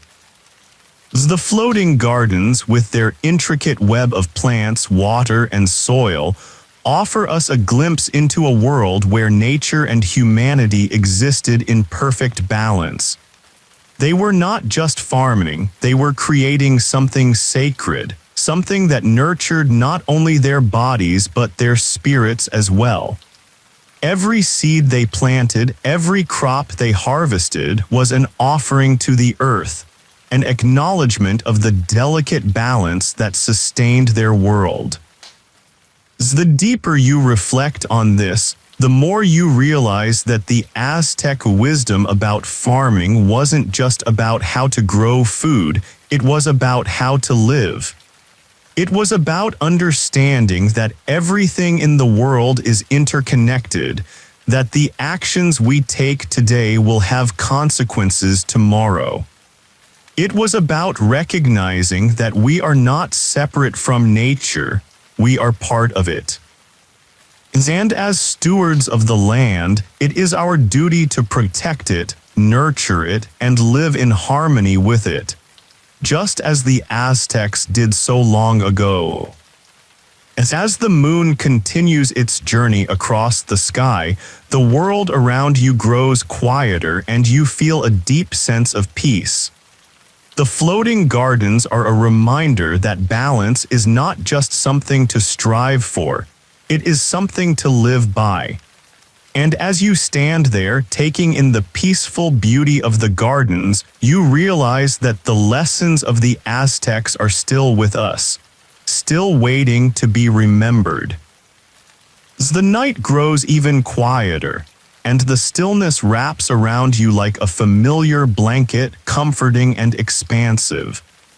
As you stand there gazing at the expanse of the floating gardens, you begin to feel a deeper connection not just to the Aztecs but to the land itself. It's as though the very air is alive with the knowledge of the earth, as though every reed, every plant, and every grain of soil carries a story, stories of growth, harvest, and the never-ending cycle of life. You watch as a gentle breeze stirs the corn stalks, their leaves whispering secrets you can barely understand. The moonlight casts a silvery glow on the gardens, giving them an ethereal quality like something from a dream, a world where the boundary between the sacred and the everyday is blurred. The Aztec floating gardens were not merely a feat of agriculture. They were a manifestation of belief, a world where the spiritual and the practical coexisted in perfect harmony. What strikes you most is the simplicity of it all. In their floating islands, the Aztecs created a system that didn't rely on complex tools or technology, only their understanding of the earth and its natural rhythms. They didn't need to force the land into submission. Instead, they worked with it, creating a system of agriculture that could not only sustain them but thrive in harmony with the environment. The floating gardens were proof that with enough understanding and care, we can live in balance with the land, rather than trying to dominate it. Historians still marvel at the sheer ingenuity of the system. It wasn't just about growing crops, it was about shaping the land to suit human needs while still allowing nature to thrive. In many ways, it was an expression of the Aztecs' philosophy of life that everything is interconnected. The people, the plants, the animals, and the earth, they were all part of the same web of life. The Aztecs didn't see themselves as separate from nature. They were part of it, and every action they took was a reflection of that belief. As you walk along the edge of one of the floating islands, you can't help but feel humbled by the knowledge that this system, this way of life, existed so many centuries ago. The world around you feels ancient, yet somehow timeless. It's as though the Aztecs understood something fundamental that we've only begun to recognize today, that nature is not something we can control, but something we must coexist with. You stop for a moment and take a deep breath. The air smells faintly of earth and water, with a slight sweetness from the flowering plants that thrive here. Which may have seemed like a simple agricultural solution to the Aztecs, are revealed to you now as something much more profound. A reflection of their understanding of the delicate balance that must be maintained between humans and the earth. The floating gardens are not just a relic of the past. They are a reminder that we too must learn to live in balance with the world around us. The Aztecs were ahead of their time in many ways, creating a system that was sustainable and capable of providing for their needs without exhausting the resources they relied on. In today's world, where the earth is increasingly strained by human activity, the lessons of the Aztec floating gardens are as important as ever. The air feels warmer now, as if the quiet night has taken on a soft, comforting glow. The stars above seem even brighter, and the moon casts a soft, silvery light across the gardens, making them glow with an otherworldly beauty. The world around you seems to have become even more dreamlike, suspended in time, where the ancient and the modern blur into one continuous flowing river of life. You glance around, taking in the floating islands once more, and for a moment you feel as though you've become part of this world. The Aztecs were not just farming, they were creating something sacred.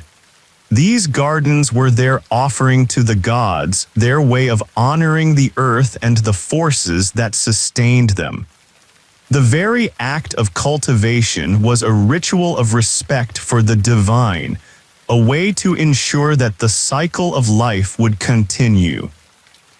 In the Aztec worldview, the act of farming was more than just a task to sustain the body, it was a spiritual act.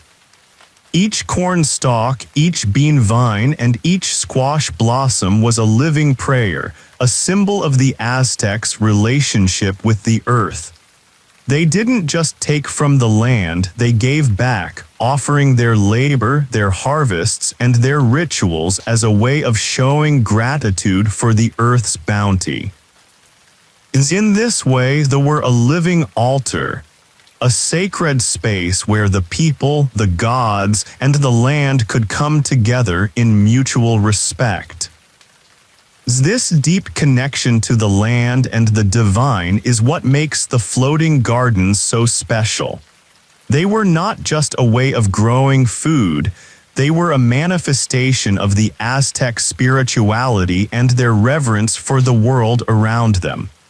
The floating islands were both practical and sacred. They were a physical manifestation of the interconnectedness of life, a world where humans and nature coexisted in perfect harmony.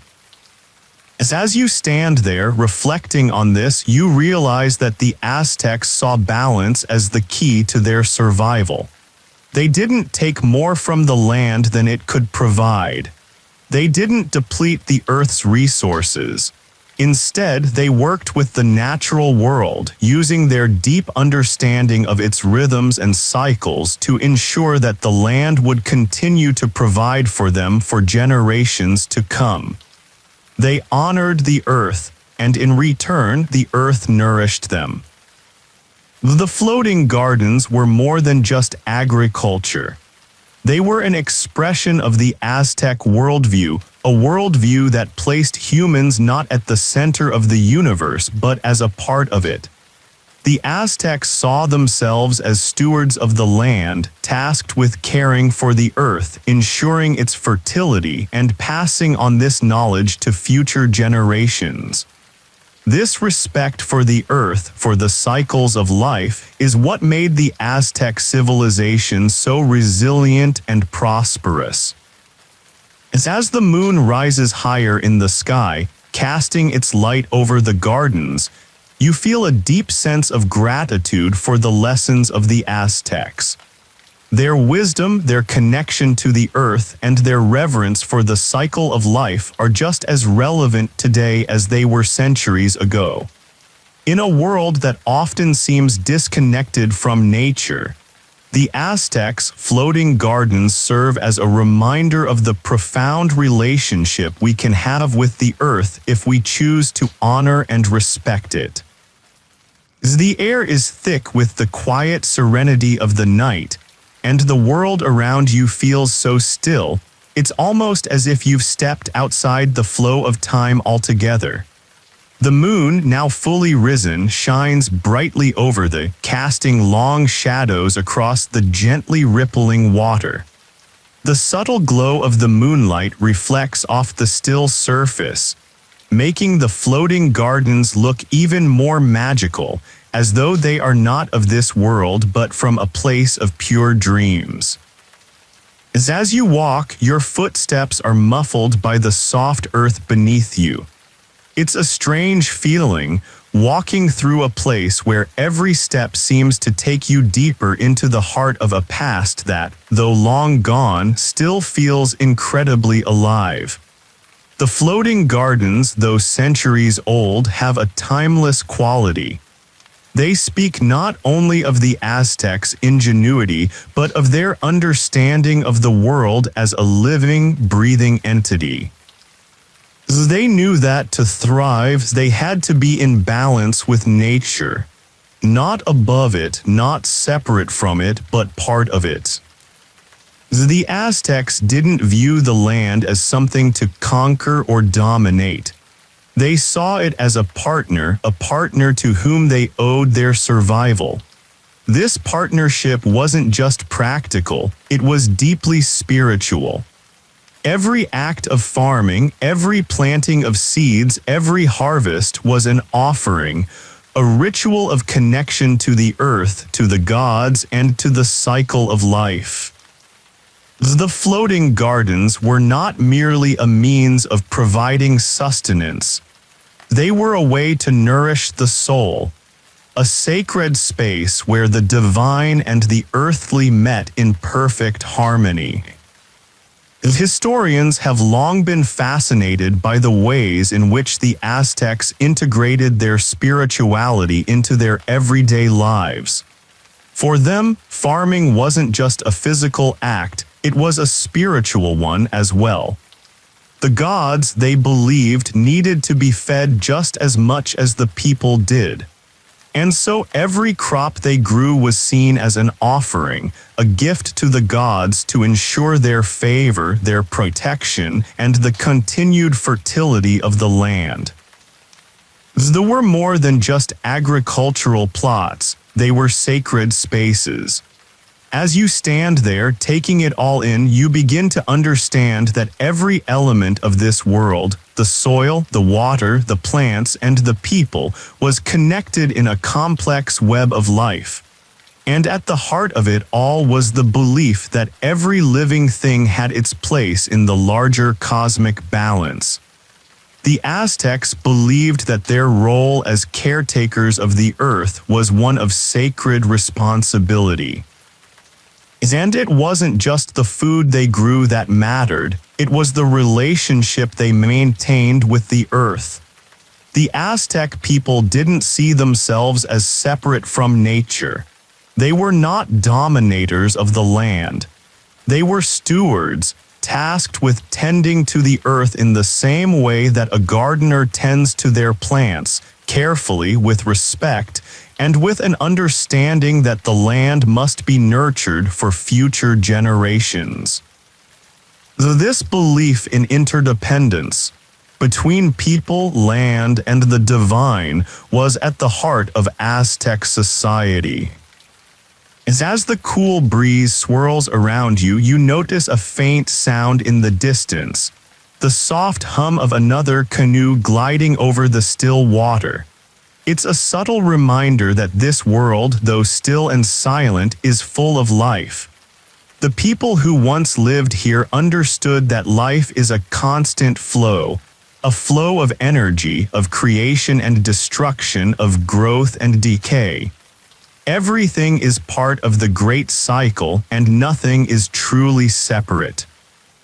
The Aztecs saw that cycle as sacred, and in doing so, they created a society that was not just sustainable but spiritually rich.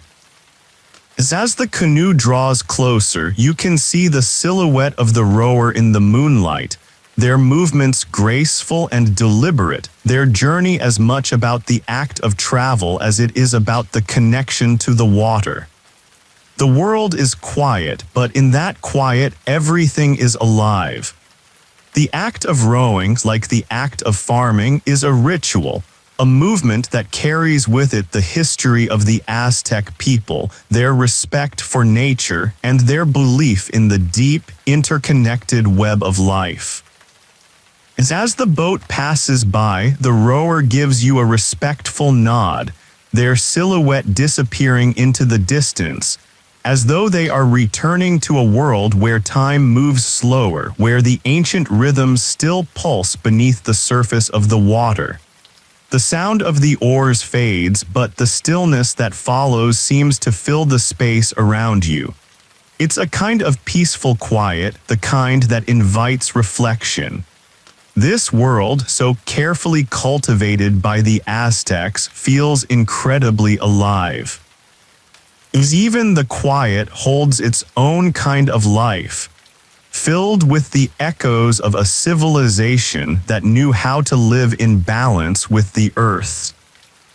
The floating gardens before you have a unique, almost ethereal quality to them. It's as if they exist in two worlds, one that is solid and tangible and another that is intangible, existing in the realm of the spirit. The gardens are alive with the memory of the Aztec people, with the energy of their culture, their reverence for nature, and their understanding that life is both sacred and cyclical. Though long gone from this world, still echo with the rhythm of their creators. You sit down on a smooth rock near the edge of the water, allowing the quiet to wash over you. The coolness of the night, the scent of the earth, and the gentle movement of the reeds around you create a profound sense of peace. It feels as though the Aztecs have left their wisdom behind in the land itself. Their connection to the earth, to the cycle of life, to the divine, is woven into the very soil that created these gardens. Even now, thousands of years later, their legacy endures. There's a deep truth in this place, a truth that speaks not just to the past but to the present as well. The Aztecs didn't just grow food, they grew life. They understood that the earth was not just a resource, it was a partner, and the balance between people and nature was essential to the survival of both. They were not conquerors of the land, they were caretakers, tending to the earth as they would tend to their gardens. As the moonlight shifts across the water, casting long shadows over the floating gardens, you realize that the Aztec wisdom is still with us.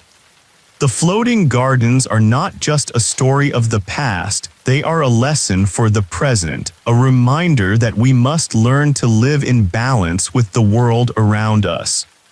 The Aztecs understood this, and through their work, their devotion, and their careful nurturing of the land, they created something extraordinary. The gardens, though no longer physically present, continue to speak to us. They remind us that we are part of something larger, a world that is full of cycles, rhythms, and interconnections. The Aztec floating gardens, in their simplicity and beauty, are not just a historical marvel. They are a living testament to the wisdom of living in harmony with the earth, and a call to return to a way of life that values sustainability, balance, and respect. The night is now deep, the world wrapped in the serene embrace of moonlight, with only the faintest stirrings of the wind through the reeds breaking the silence.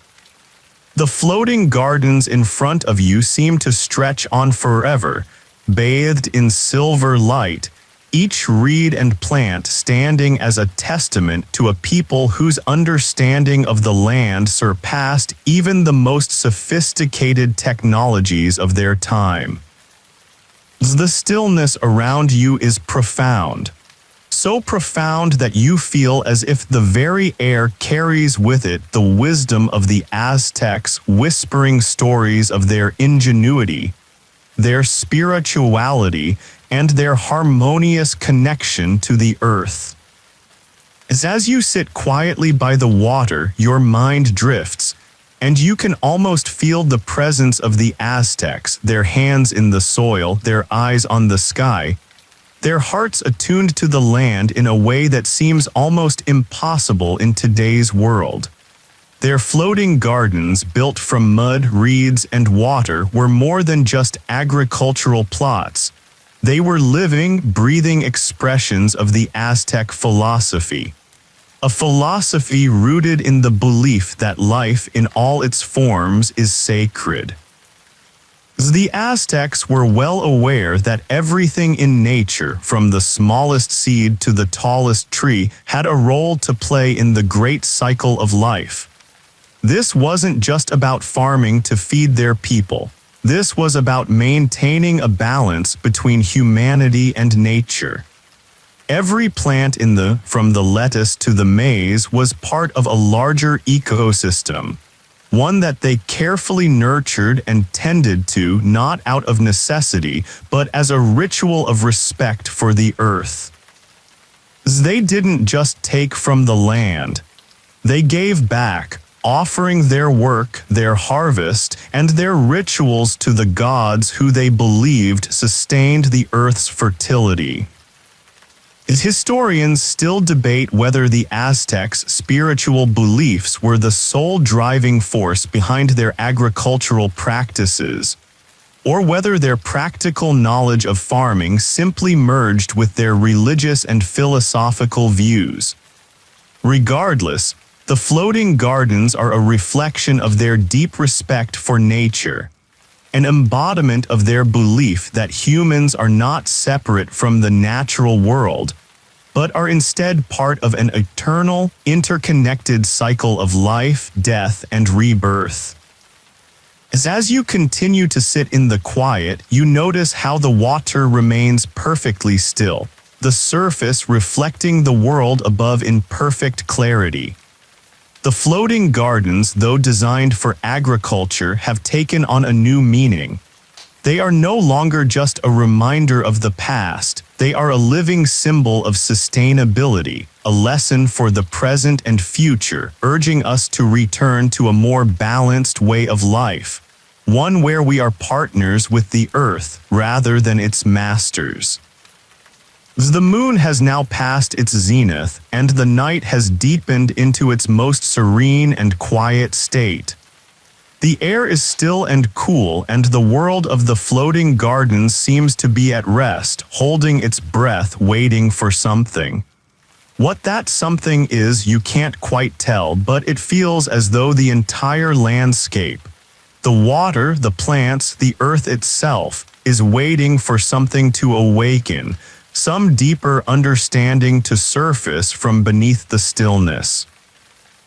Perhaps it is the memory of the Aztecs, long gone from this world but still here in their gardens, their wisdom woven into the land itself. As you continue to observe, your thoughts turn to the incredible engineering of these floating islands were not merely agricultural plots, they were works of art, carefully designed and maintained over generations. The Aztecs had an extraordinary ability to use the natural elements to create something far greater than the sum of its parts. Reeds, soil, water. They took these humble materials and transformed them into the very foundation of an entire civilization. The Aztecs understood that their survival was intricately tied to the health of the land. And so they worked in harmony with the natural world, rather than trying to overpower it. The floating gardens were a perfect manifestation of this relationship, a living, breathing ecosystem that allowed them to grow crops in the middle of a lake. The careful layering of soil and reeds, the channels that allowed water to circulate, and the strategic placement of plants and crops, all of it was part of a delicate balance, one that the Aztecs maintained with incredible skill and precision. This wasn't just agriculture, it was a form of art, a way of shaping the land to fit their needs while respecting the natural cycles that governed it. In today's world, where industrial agriculture often exploits the land without regard for its long-term health, the Aztec offer a profound lesson in sustainability and respect for the earth. The Aztecs were not focused on short-term gain. They understood that the land needed to be cared for and replenished, not drained of its resources. The concept of sustainability was at the very core of their agricultural practices. and their floating gardens were a perfect example of how humanity can live in balance with the earth.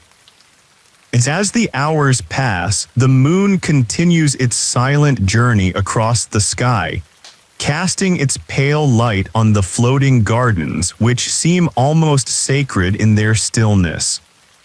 The world around you is so quiet now, so still, that it feels as though the gardens themselves are watching you, holding some secret you are just on the verge of understanding.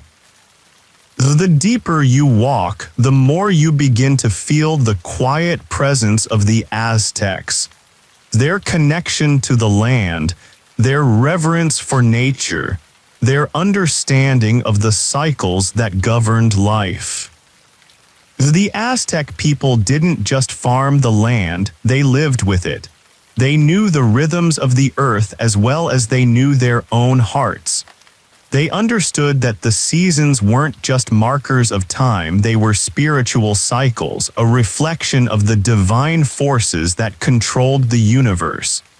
The floating gardens were more than just tools of survival. They were living temples, places where the gods were not just through rituals and sacrifices, but through the act of nurturing the earth.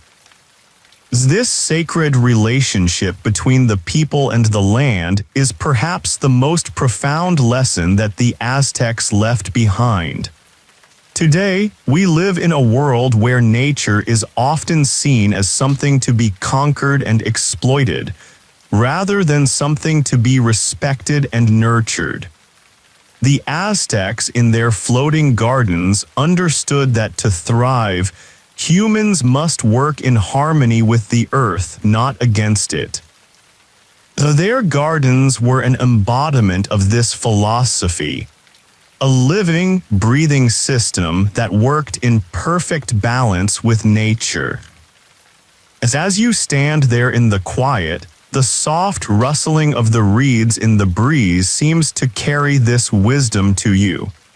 The Aztecs may have been a civilization built on human achievement, but they were also a civilization deeply connected to the natural world, to the rhythms of the earth and the skies.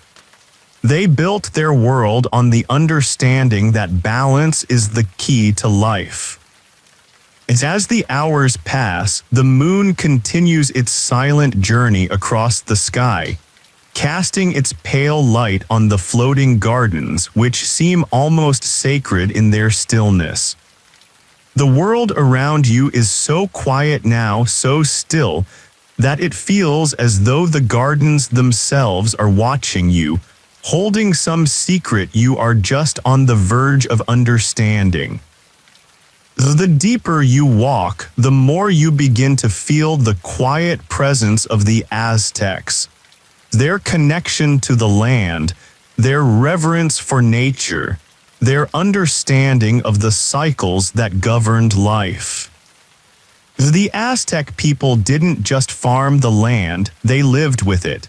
They knew the rhythms of the earth as well as they knew their own hearts. They understood that the seasons weren't just markers of time, they were spiritual cycles, a reflection of the divine forces that controlled the universe. The floating gardens were more than just tools of survival.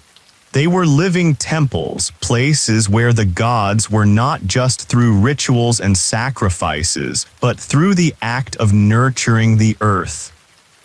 This sacred relationship between the people and the land is perhaps the most profound lesson that the Aztecs left behind. Today, we live in a world where nature is often seen as something to be conquered and exploited, rather than something to be respected and nurtured. The Aztecs in their floating gardens understood that to thrive, humans must work in harmony with the earth, not against it. Their gardens were an embodiment of this philosophy, a living, breathing system that worked in perfect balance with nature. As you stand there in the quiet, The soft rustling of the reeds in the breeze seems to carry this wisdom to you. The Aztecs may have been a civilization built on human achievement, but they were also a civilization deeply connected to the natural world, to the rhythms of the earth and the skies. They built their world on the understanding that balance is the key to life. With each passing moment, the floating gardens become more than just a physical space. They seem to transcend their role as mere agricultural plots, becoming something deeper, symbols of an ancient wisdom, a way of living that respects the earth, understands the cycles of life, and nurtures the world around us.